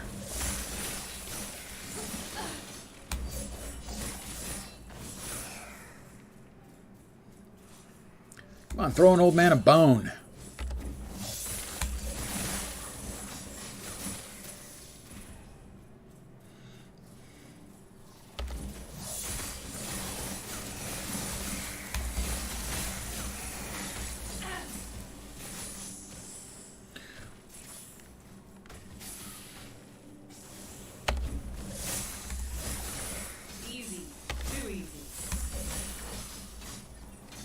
And Titan's Canyon.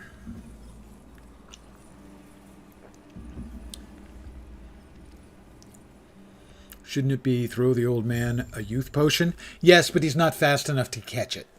It would break, sadly. I would end up with a much younger looking carpet, though.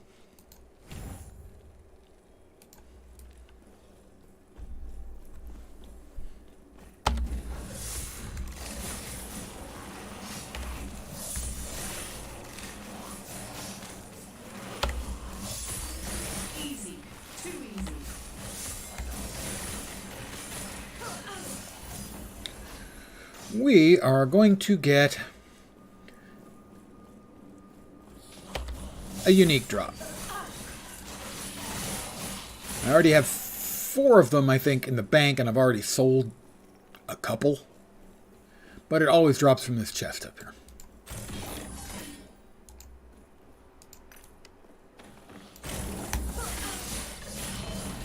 And there it is, a small idol, 15%. Decent number. I think it goes up to 20%.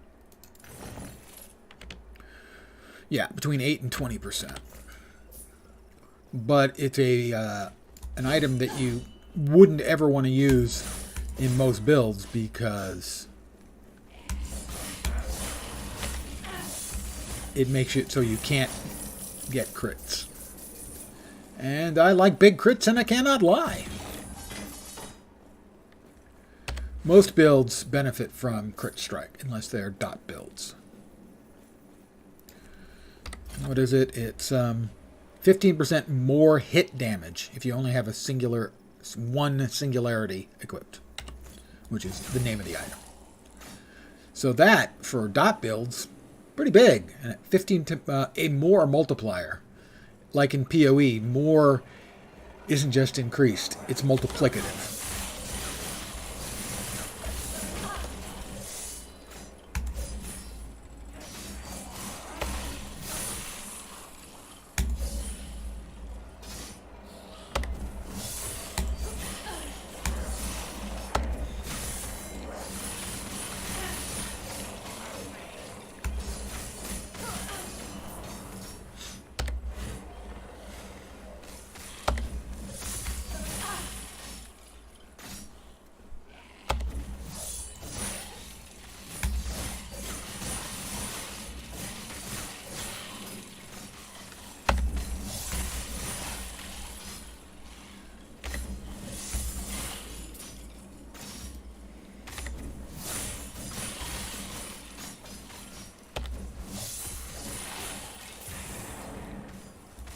I have my very own ice beetle.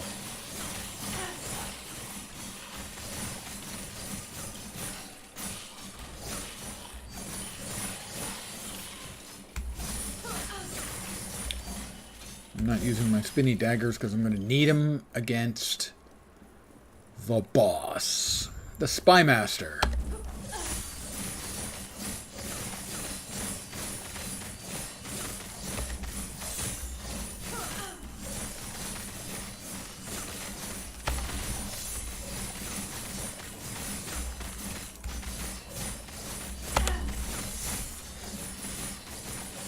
Goodbye, Spy Master Zarek.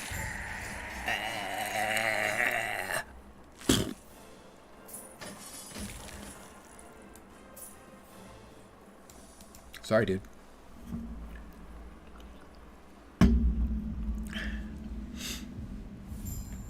As we continue our way towards Majolka.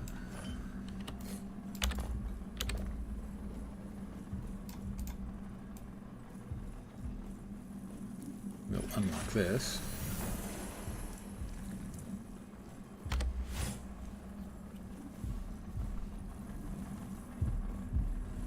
The Majolka way station. This is the... I can't say it quickly. And that should do it. This waypoint's harder than I anticipated. But no worries. All good now. Or maybe not. Just in time. Looks like we've got company.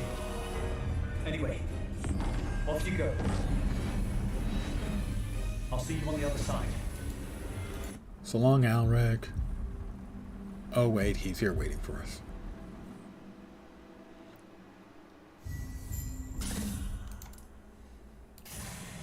Hi, Alrek. How you doing? Hi, Yulia. Wants you dead. You're over go. I'm up, hopefully. We'll see you soon. Enter the lower sewers. They all the games have the sewers.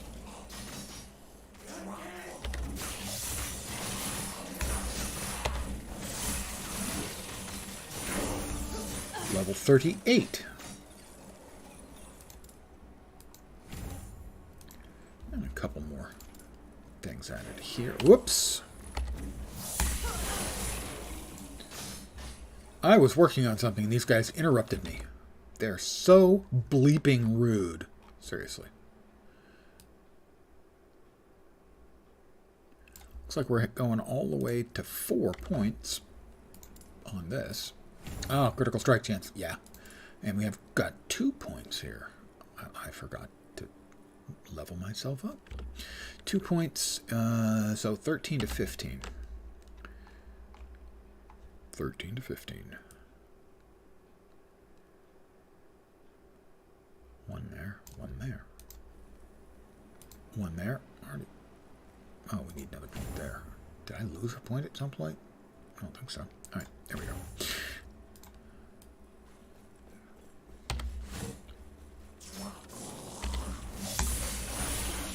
And the Rustlands. Because Rust never sleeps. Maybe my all-time favorite lyric to a song. Because Rust never sleeps.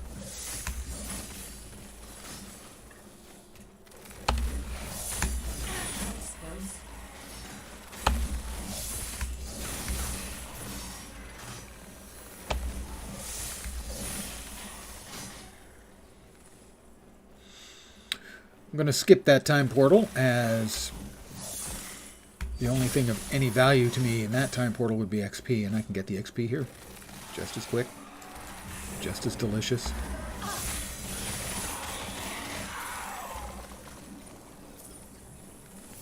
How do you grow a beard like mine? Well, if you mean like the dimensions thereof, pretty much testosterone and minimal amount of genetic supportive beard. It looks okay, but it's actually pretty sparse. If you mean the coloration, just wait. Give it time. Far too many years would be the answer to that question. I do occasionally shave off this part of it, and I just go with the handlebar mustache when I'm feeling saucy. But other than that, the goatee has been pretty much around for 30 years. Beard is mega patchy. Oh, I get it here, patchy. Yeah, that's... Believe me, I get the patchy too. Right here on the sides.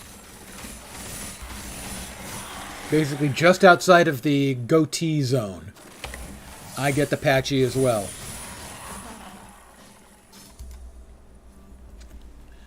Wisdom turns it white. Actually, putting up with chat turns it white. Just kidding. As far as you know. Umbral strikes. Blades, whatever. One more there, I think. I have to check now. I made myself go check. Yes. Wisdom. I can tell you what my wisdom is. It's pretty simple. When you're young, you do incredibly stupid shit. And when you're done doing it, you say, what was I thinking? Why was I so dumb? When you're old, you do incredibly stupid shit, but you know why you did it. You made a conscious choice to do something dumb. You knew it was going to happen, and you did it anyway. If it weren't for you, I'd still be That's wisdom. or worse. The exact thoughts you have about the military, which is the exact thoughts that you have about the military, because my understanding, any number of thoughts are frequent about the military. I never served, but I have read extensively on military history. And in fact, was a history major for a while. Shh, don't tell anyone. About why you did it and it was dumb. Yes, that is very consistent with the what I have read. Certainly, if not just in the history books, but also quite frequently on Reddit, where I'll read a thread where someone's speaking about the military, and it inevitably turns into a couple of things. Usually incredibly funny stories, and also how much they seldom say they regretted it, but it wasn't the wisest choice they ever made.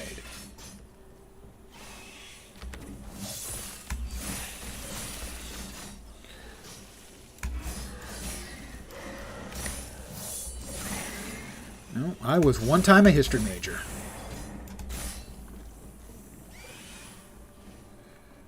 And then I said to myself, what are you going to do with that history major of yours? Teach? I went, oh, fuck. No, I don't want to teach. I don't want to put up with assholes like me in class. And so that's when I went with something I actually was interested in that could make me money, and that would be computers. Wish you'd applied yourself in school and went to college. Military was an escape from mom. Yeah, a lot of times people enter it for purely pragmatic reasons. You know, I hate this podunk town and I want to get out. Understandable.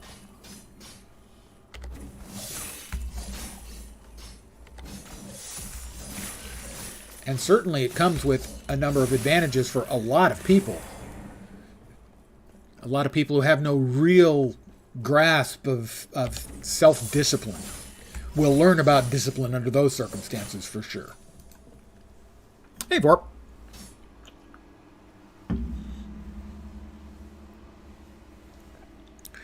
I am more or less kind of speed leveling. I'm flying through this. Yeah, it made you grow up quick. That's one of the things it'll do, and that's why for a lot of people it is actually a very good choice, even if it's not. Even if they might have wished to have made different choices in life to where it got them there, but still they would recognize that, yeah, self-discipline is something you learn there, or don't learn much to your dislike and dysfunction. Yeah, a lot of times it's a quick way out of town. Yeah, for a lot of people, it's a case of... There are a few things that sort of fall into it. Everyone in my family has done it, so I'm going to do it. It gets me out of town. I don't know what I want to do with my life. The recruiter lied to me. That one happens a lot.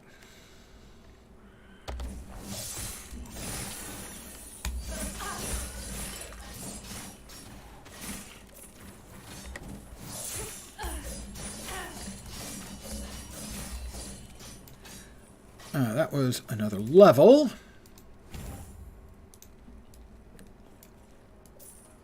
Recruiter did in fact lie to you. Yep, that's one of the big things they do, is they just lie. They've got their quotas, and they want to hit them. Usually it's about the MOS you'll get, the specialization you'll get. Oh yeah, we guarantee you'll be getting computer programming.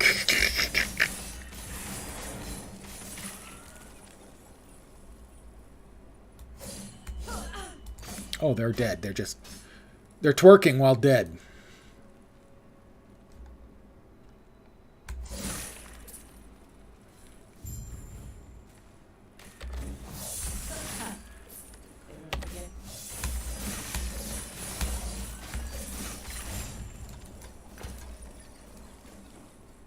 Sadly, a common tale. Just for one. Here I was, hoping this would lead us closer. Into the necropolis of the deep.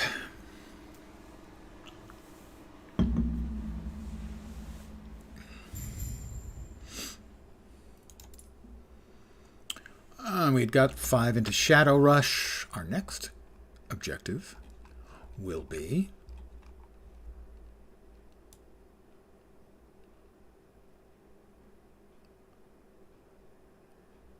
okay, all the way up to 3 in Foreshadowing, increasing the damage that our shadows do.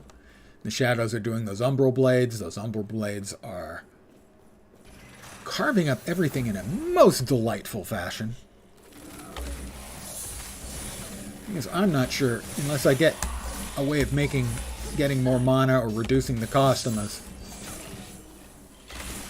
that I really need the extra umbral blades.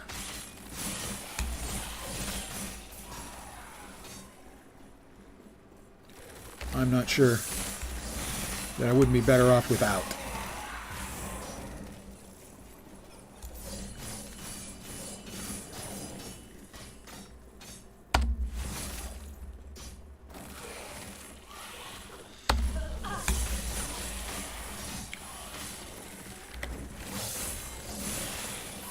That's right. Everyone just run into my umbral blades, please. There's enough for everyone. Bladedancer is a really good leveling class. In general, honestly, can just fly through the mobs using shift. Well, I also have sort of a secondary movement skill,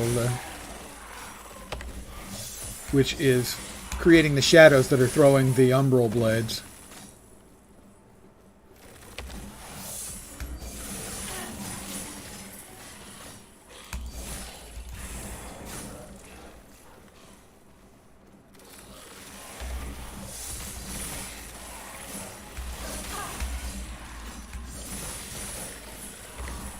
And this is, as the joke would say, this is not the final form. I'm using just sort of a leveling level 12 weapon right now. The bow, B-O, bow, the staff weapon, level 12, that gives you additional shuriken points.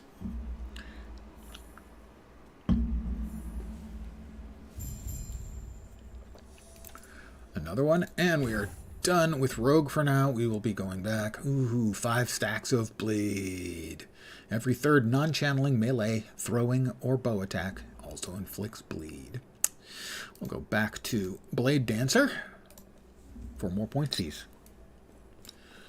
We are at 40. In 5 more levels, we get Laraka's Claws, increasing the poison damage we do, the throwing critical strike mult, and 2 additional projectiles with shurikens, which actually doesn't give me more shurikens. It just makes the chakram I throw bigger and do more damage.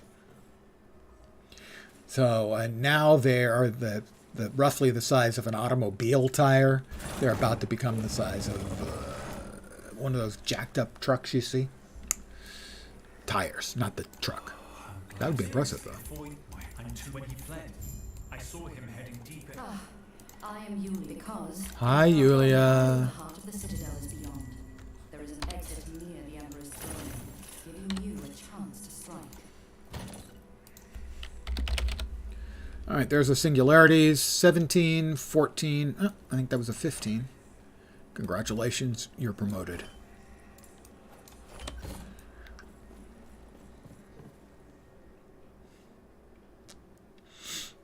Yeah, shift is a very, very good movement skill. It and teleport, I think, are the 2 best. Sacrifice is pretty good, too.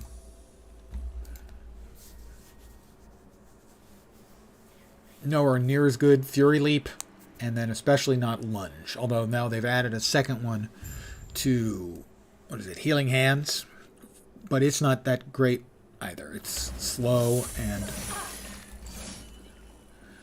not up to snuff with the teleport, the shift, and sacrifice.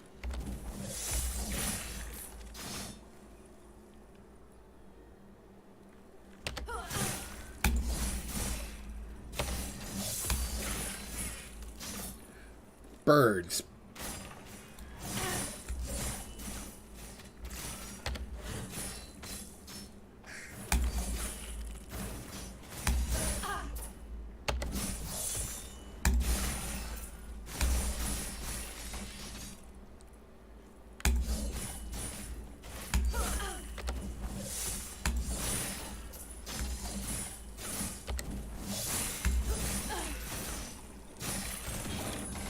$30 gold. I'm rich. I mean, that gives me a grand total of 600,000. I almost cracked 1,000,000 gold earlier today, but sadly, I needed more storage tabs.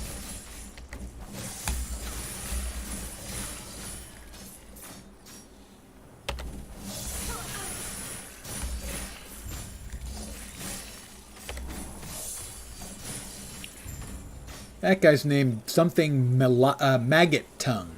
Really? Wow. That's not a great nickname. That's about as bad as it gets, honestly. Maggot Tongue. How you doing, Maggot Tongue? I'm fine, thanks. How are you, mighty guy? How important is gold in this game? Personally, I actually liked PoE mechanics of no gold. PoE 2 is going with gold, but that's because I think they're doing away with crafting. I'm not sure how it's going to work yet. So gold has, in essence, 3 functions, I guess.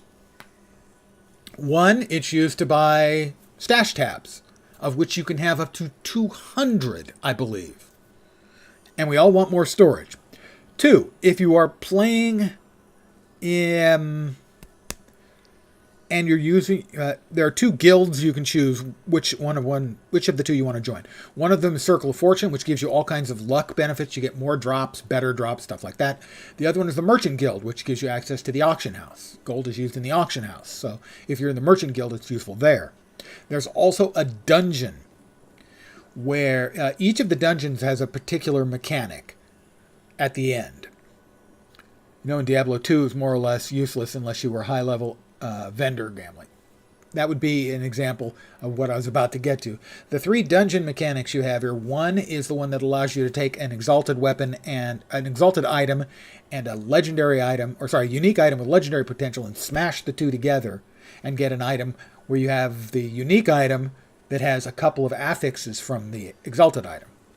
The second mechanic is one where as you go through killing stuff, you get a currency specific to that dungeon, and then there's a gambling vendor you can use that specific currency in.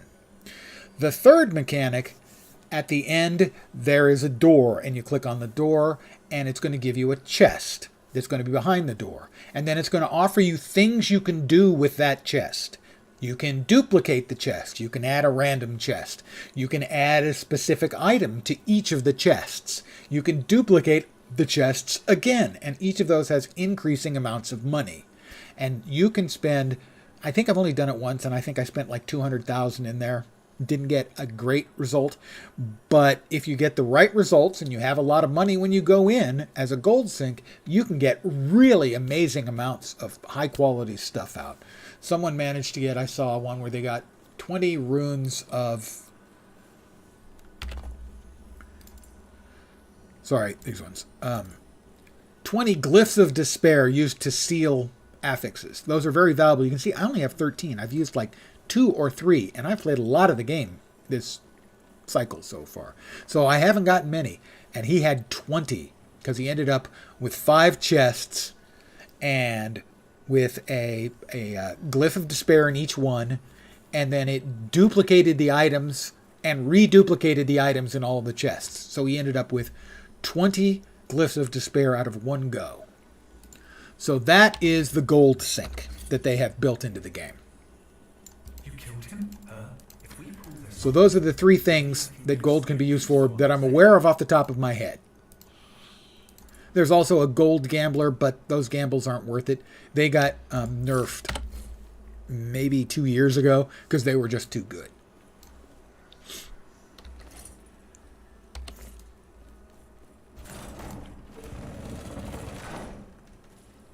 So something like balancing gold in a game like this is tough to do, but I do agree. Oh, respecking too. That's true. But that's a very small amount of gold. But it is a gold amount. You are right. I too love the crafting mechanics in PoE. The crafting that every currency actually has a practical use in addition to being a currency. I think it's a brilliant system. Because they're pulling away from the crafting in PoE 2, gold will be, I believe, the only currency. Although I would expect currencies for other mechanics as well. But not for crafting. Problem with PoE is that there are 100 different currencies. And they're all functional for the most part. They all do something. I just wish they were balanced in a couple of different ways. Because I'm not an end game type player. But I enjoy playing multiple builds and making good items. Not like broken good, but good items for the builds. I really wish more regal orbs and more annul orbs were available. You're not a mathematician? Yeah. Well, certainly it's one you can get as deep as you want to into. That's for sure. Bladedancer passive. I believe it's a perfectly viable choice for them to have made, and I like it as far as it goes, but I can see where it would be too much for a lot of people. Where was I? I was here. Okay, there. 2, 3, 4, and then there. All right.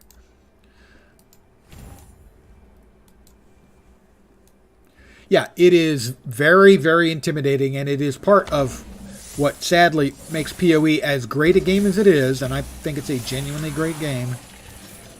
It is the most hostile to new players of any game I've ever seen in my life. Actively hostile to new players.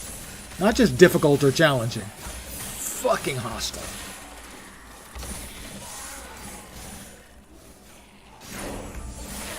Level 41.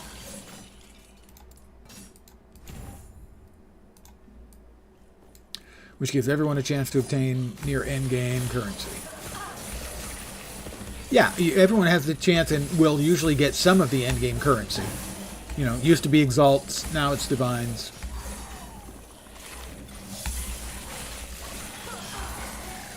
Funny thing is, in PoE, I've done exactly one trade in all my time in PoE.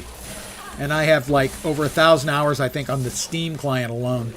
And I probably have 2 or 3 times as many hours in the regular client. But I have done exactly one trade. I had an item I knew that was worth a lot. I sold it for 11 exalts, which was a lot at the time. And I said, haha, I'll be able to build a couple of builds with great gear and it'll be awesome. And then I never went around and did it. Eventually hit a brick wall with your build unless it's well optimized. Yep.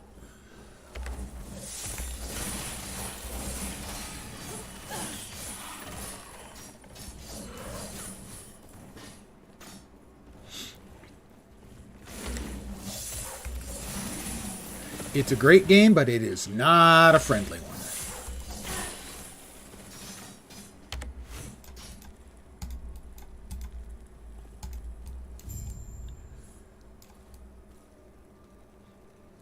And then a couple of years ago, they increased the first couple of acts, the difficulty, a lot.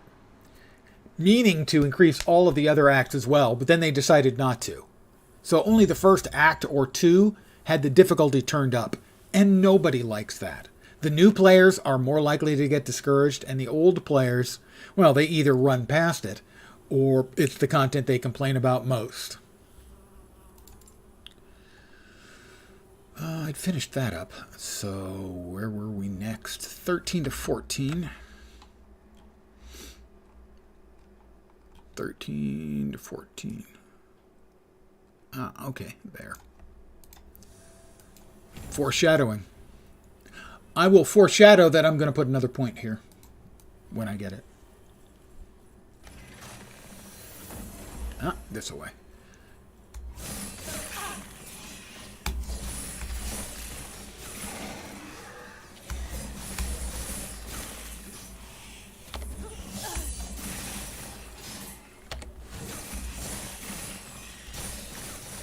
And here comes the first of the Watchers we need to kill. And he's dead.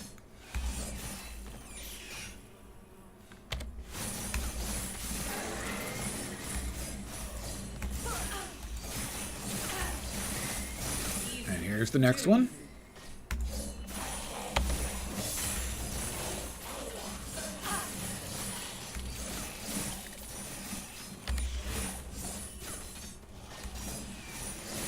And here's the next one.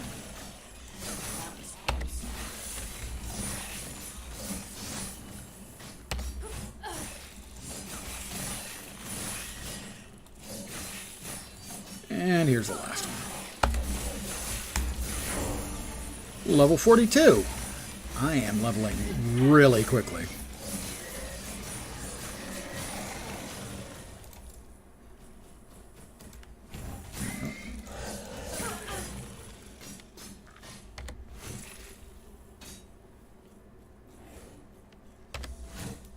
The Immortal Summit. First build got to around 50 to 50 and hit a brick wall with it.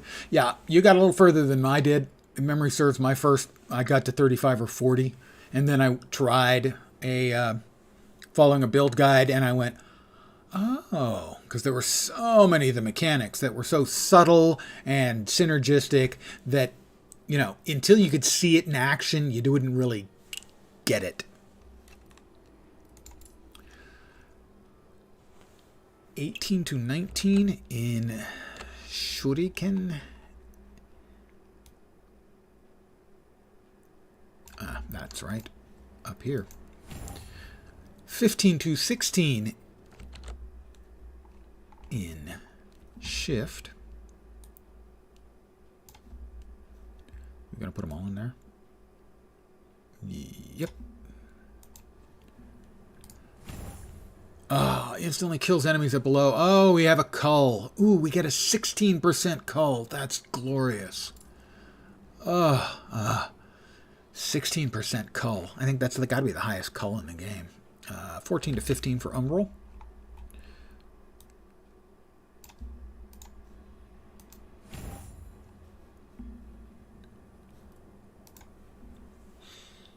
Yep, the hardest part is learning those skills work well with each other, and these look cool but are useless together. Yeah. For me, I don't remember how many leagues it was.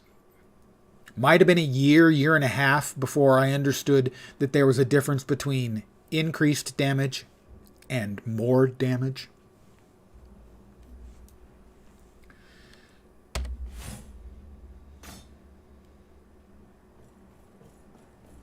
Not proud of that, but yeah, that's kind of the complexity and the obscurity of the game.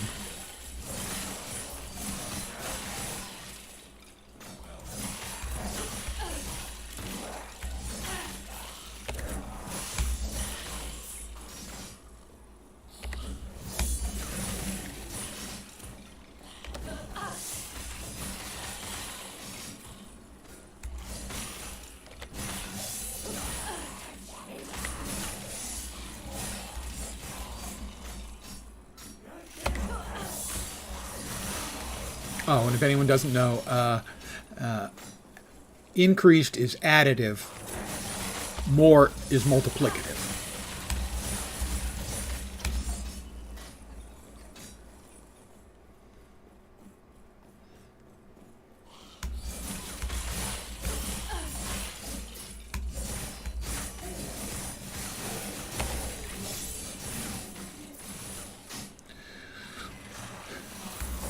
The immortal citadel awaits. I gotta say, killing bunches of the skeletons is very sonically pleasing. It's a nice sound as their bones rattle around.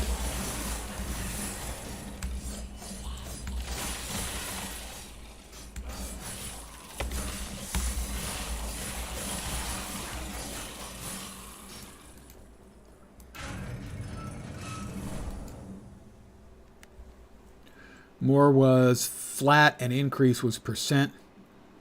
The immortal emperor. No. This is probably my biggest So. hit yet. If you have 100 damage and you increase it by 50%, you go to 150 damage. If you have more, you also increase it by 50. Here's the difference. If you do an increase of 50 and an increase of 50, you go from 100 to 150 to 200. If you do a more and a more, you go from 100 to 150 to 225, because they're multiplied effect instead of being just added on top of each other.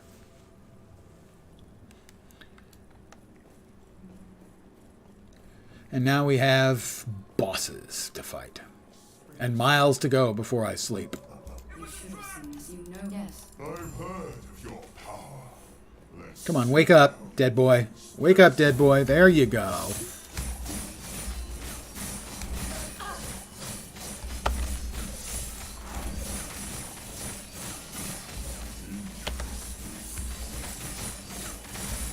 Admiral Harton, here's a who. How about you take a little damage here, too? Let's finish off Harton. He's come over all dead. Don't go out into the big poison space out there. That would be unwise.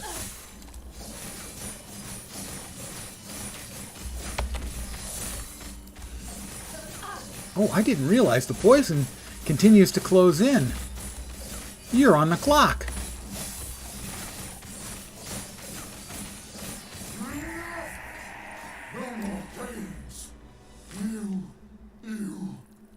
Now's our chance. Quick. Hero's Lance. I think the only builds I never really liked playing, even though they were the easiest to start, new leagues, were totem builds. I have to admit, because I do like a simpler style of play generally, I'm good with totem builds or trap builds. I like both. For many leagues in a row, I played Sunder when I first started playing PoE, and then for a number of leagues after that, I played Essence Drain Contagion. I think we're back over to here somewhere. We are indeed. We're going to put in 8 or 5. We are going to put in 5. Increased damage while dual wielding. Note, I'm not dual wielding yet. But I will be. Eventually. 3 levels away from being able, pardon me, to use my magic gloves. Oh gods, where am I now? Wait, is that smoke in the distance? I best be careful.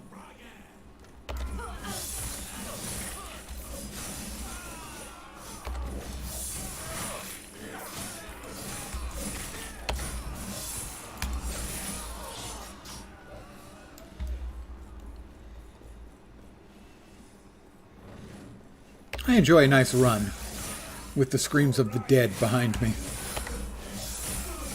You know?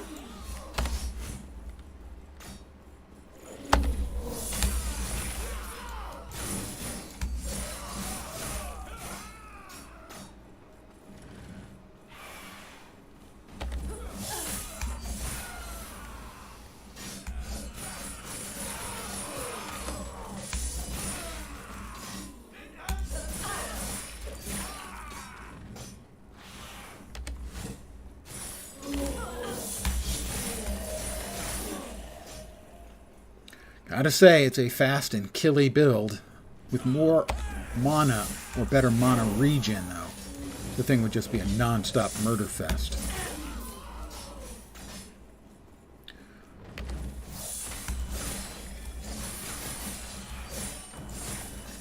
Started with Cyclone and then learned that it's crap without gear. And high-linked weapon and armor. It's certainly not great without them. But yeah, I have enjoyed a number of Cyclone builds. There's a similar build to Cyclone here. God damn, Warpath, I think. It is a Sentinel skill. It's another spin to win. And it's fun.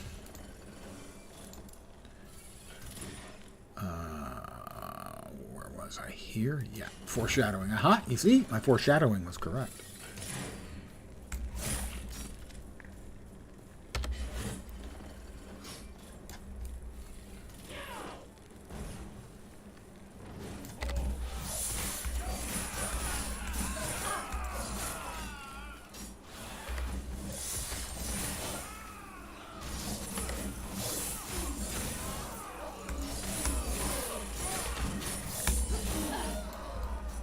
The screaming behind me. It's glorious. Was that a little dark?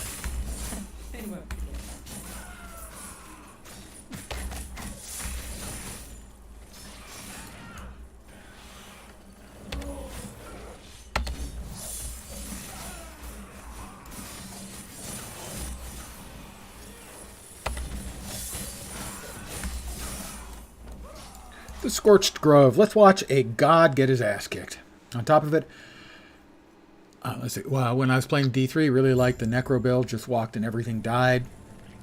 That's my Void Knight build that I'm playing here is an auto bomber build that most of the time, especially while leveling, once it was functioning, was just I could walk through maps and press no buttons other than left click to move and pick up loot. Top, it was back when the servers were still a bit wonky. You had the out of sync command to recenter your tune. Right, yeah, that's a little bit before my time in PoE. I tried PoE like 4 or 5 times and bounced off of it. But eventually I read the pre-release info on Abyss League and it sounded like fun. So I reinstalled and tried it before Abyss League was coming out. So it was the end of Harbinger League. And that time is when it finally worked for me.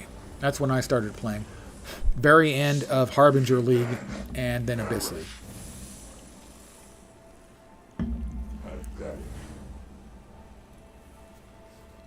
I do not have much longer. Hi, Hayrot. North, retreat. Hi, Put your weapons living down. Yulia, not dead at all. One here, here, come. We have And teleport me.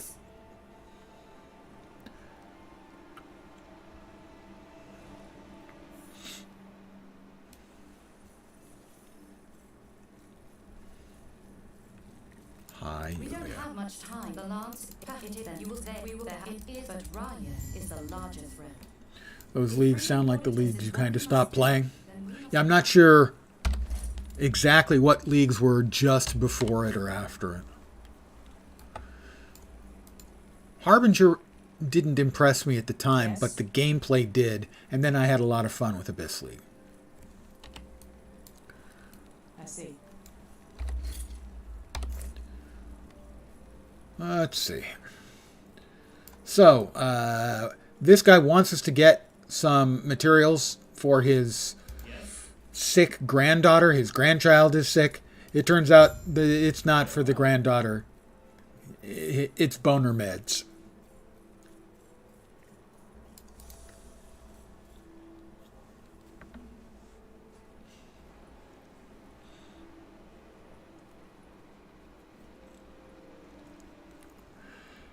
All right, we're heading to the place I will likely die. It's the place I almost always die. The Wingari Fortress. The Wingari Matron and Patron, they suck. They frequently kill me. And they don't just kill me. In the story here, they'll often kill me when they show up in the endgame content too.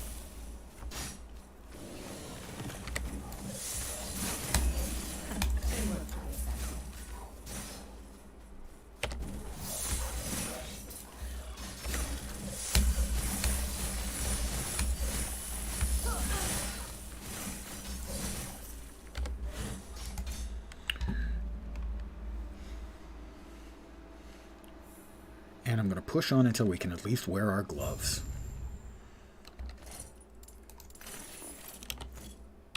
Two more, a little over one more level.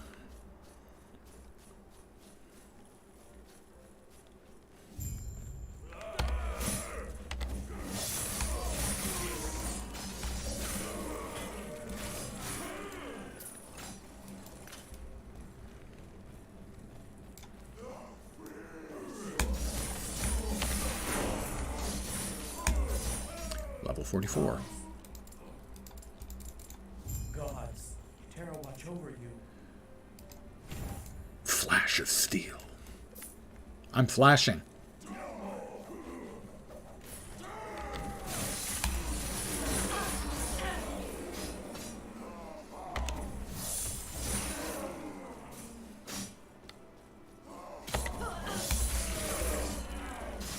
The Wingari Fortress. Death awaits. That's my prediction. Note, I will not intentionally sabotage myself to make myself look like a prophet. I've just died enough times. There have been enough times playing before the game was released in early access where I'd gotten this far without my character dying. Only to get him nuked up by the Wingari Matriarch and Patriarch. They just suck.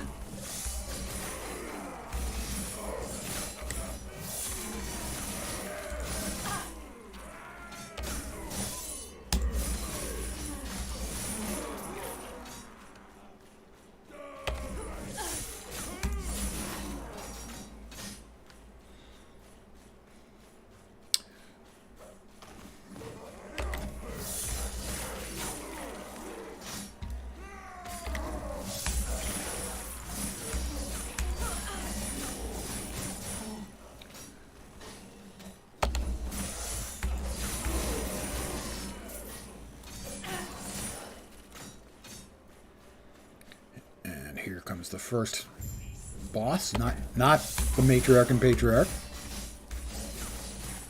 The Houndmaster, I think. Gods. Yes, I saved you now. Away, away. You could say hardcore is not the way for you. Oh, hell no. And not just because I'm not good enough. Although that's certainly part. You know, if I die because I do something stupid in games, I accept that. One of the reasons I don't want to play hardcore is because the idea of dying and then having to start over again does not appeal to me. But the real showstopper for me is ain't no game ever had server's reliable enough that I'm going to put a hardcore character on the line. All right, here we go.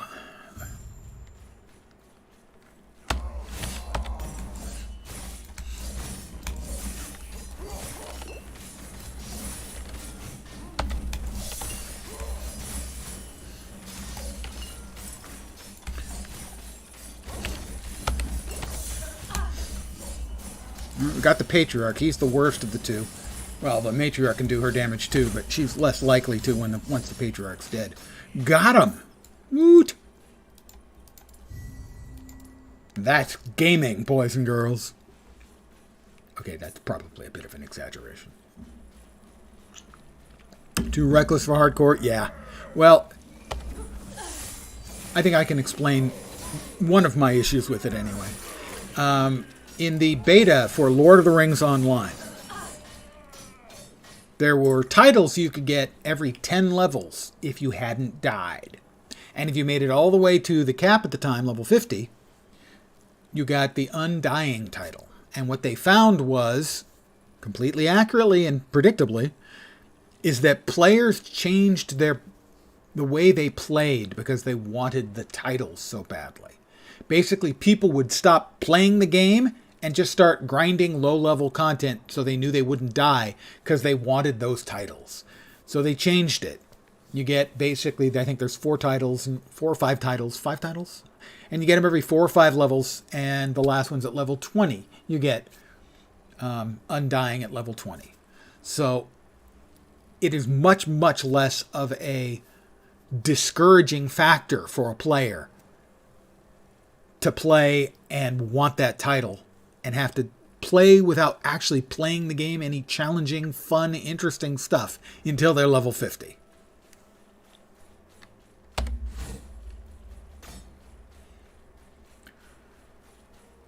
A very cool idea, one that I like a lot, you know, but it is such a disincentive to play the game the way you normally would.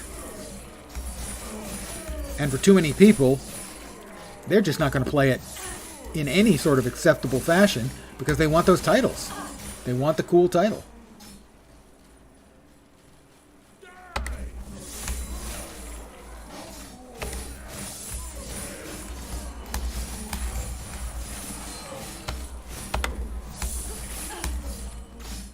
All right, we got what we needed out of here. Yes and yes. We go back to Heoboria. Heoboria!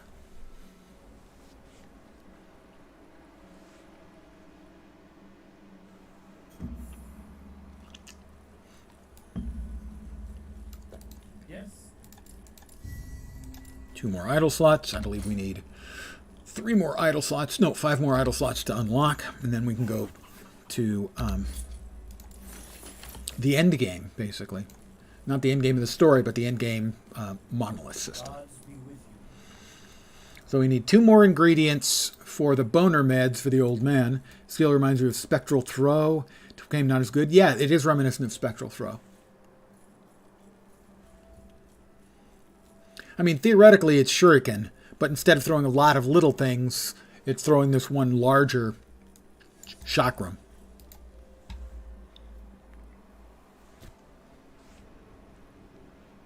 But it is reminiscent of Spectral Throw. I've used Spectral Throw a few times. Not a bunch, but a couple of times.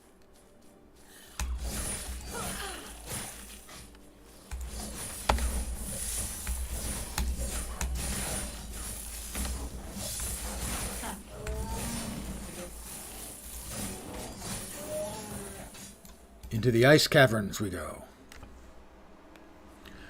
And we've got a next point in 15 to 16 is there. Art of the Blade. You are granted increased attack speed for 3 seconds if synchronized strike hits at least one enemy. Like that.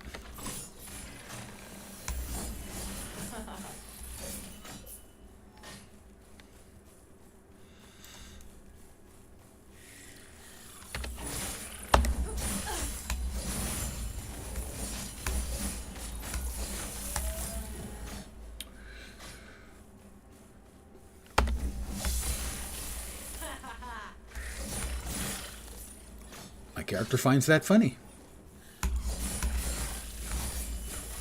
Those things, those elementals, are awful. They fire a whole bunch of stuff in a straight line, so it's easy to avoid if you're paying attention and you don't, get yourself stuck on something, let's say. Let's say like Band-Aid brand. Yep, 45!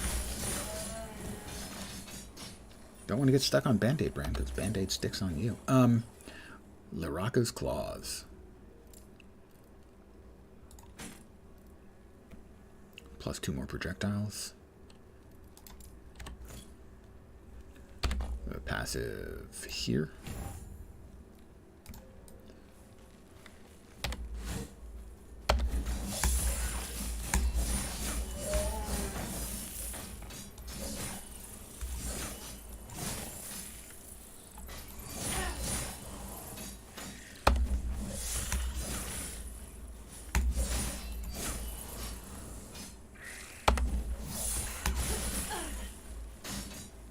And back out onto the icy tundra.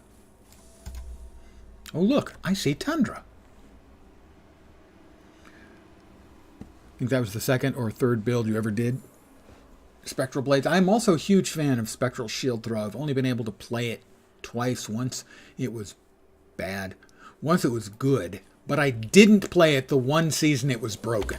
I don't know why. I wanted to. Holy crap. One of those things hit me really hard. I wanted to play it, but I didn't.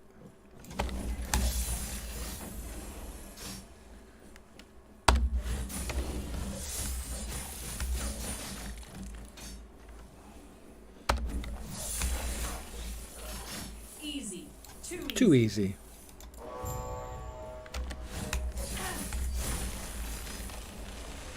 I blow the horn. Up come the magic rocks.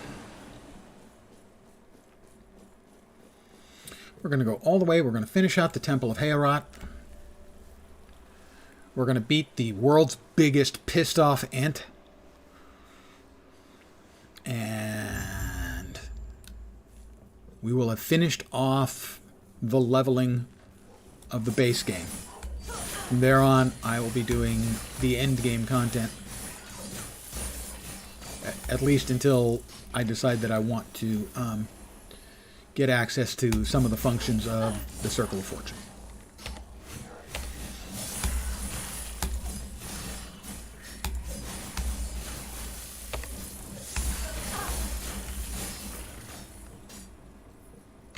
No, that's a dead end. Yeah.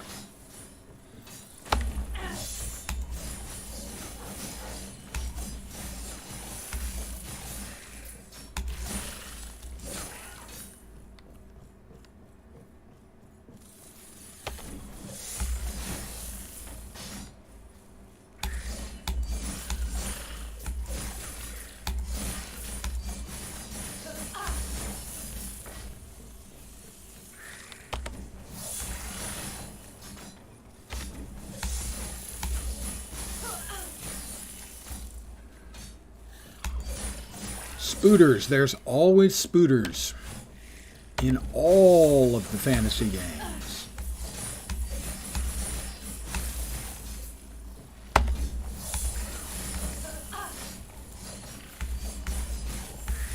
That was close. That was close indeed.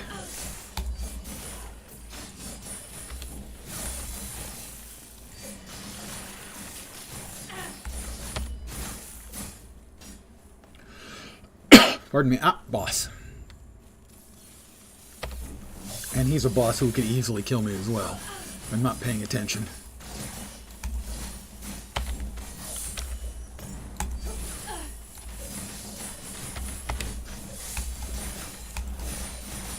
Oh, he followed me. That wasn't at all in the script.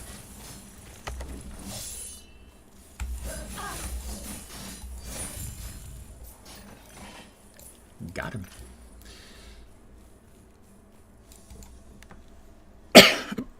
Quiet down there.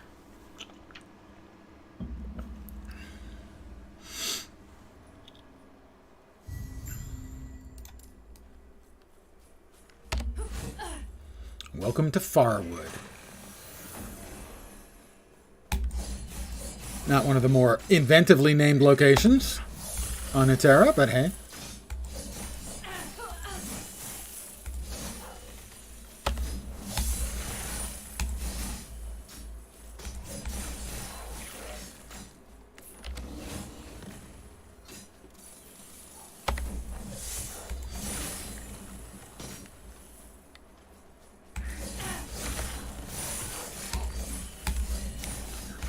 Those 3 freaking machine guns, if you're not paying attention, could very easily end your deathless trip in a hurry.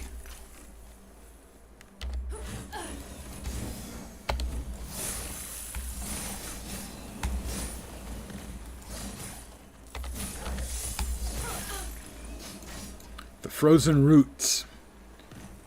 Ugh. Okay, 1 lap.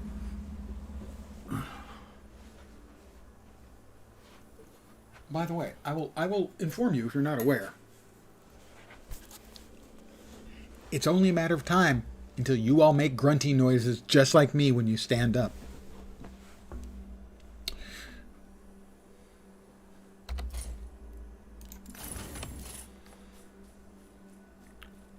Hi, Grail. What? Who cares about He's blabby. I'm a steel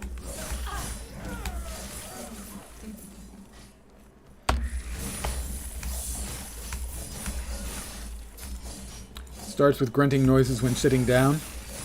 I'm not sure. I think there's more effort involved. You're more likely to get an oof, I think, from sitting down. Sort of like the noise a big cushy chair makes when you sit. It goes whoof, like that. The grunts, I think, are a little bit more old guy material. And the getting up, because that's like a little more work. Whoops, something dropped. A dungeon key dropped.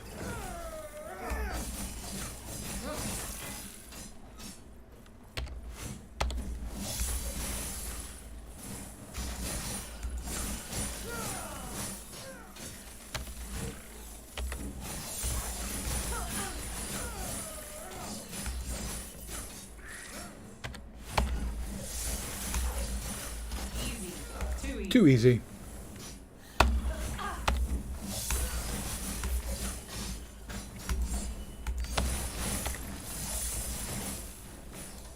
The Tomb of Morditus.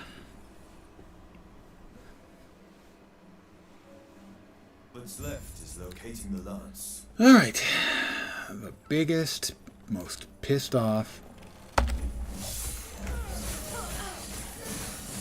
ent around.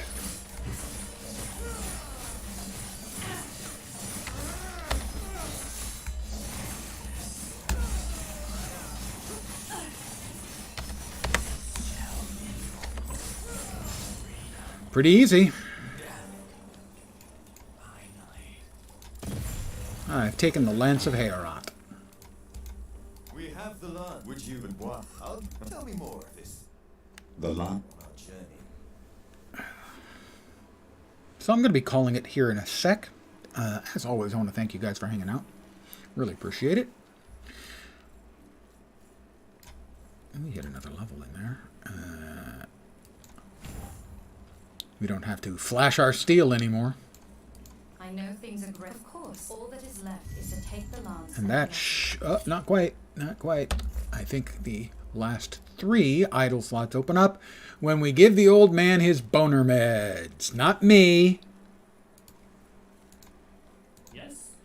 You've got the ingredients? Splendid. I can't wait to use it for the cure, of course. Oh, gods, I can't keep lying to you. Do you want to know what they're really for? I'd really rather not. Well, you see, after my wife passed, I thought that stage of my life was over. But I met the most fetching woman at the Harvest Festival, older than I. Can you believe it?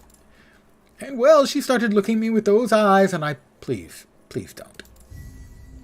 That's all of the idle slots. You can see... Well, you can't see it. Covered above my head, there's a hide quests button that pops up The fact that I have 14 out of 15 passive points. I missed a passive point somewhere. The bleep. Well, that's disappointing. But anyway, I am going to call it here. Old man stretching. I want to thank you for hanging out with me. I should be back tomorrow at my usual time, 5 p.m. Pacific, 8 p.m. Eastern. I have no idea what I'm going to be playing. More Last Epoch? Possible. More City of Heroes? Probably a little more likely. More Guild Wars 2? Possible. I will give in to the Siren's Call of the Thaumaturge and be playing that. Possible. I'll say screw all of those and I'll buy early access to Nightingale. Less likely, but not impossible. Bye-bye to you. Thank you for hanging. I will. This is as closest to work as I get. I have a schedule I stick to. It provides a little bit of structure to a retired guy. A lot of people get lost when they're retired, don't know what to do with themselves. I have a schedule. As long as I stick to it, keeps me balanced. Keeps me focused. So, back tomorrow most likely, but the actual game I'll be playing, I have no goddamned clue. But hopefully you'll see me at the usual time, 5 p.m. Pacific, 8 p.m. Eastern, middle of the night in Europe. I want to thank you again for hanging out. I hope the rest of your Wednesday night goes great. And hopefully your Thursday and Friday go swiftly and painlessly to get you into what is normally, for most people, the weekend. I'm back tomorrow. Hopefully you'll see me soon. Have a great night tonight. Take care. And ciao for now. Good night, guys.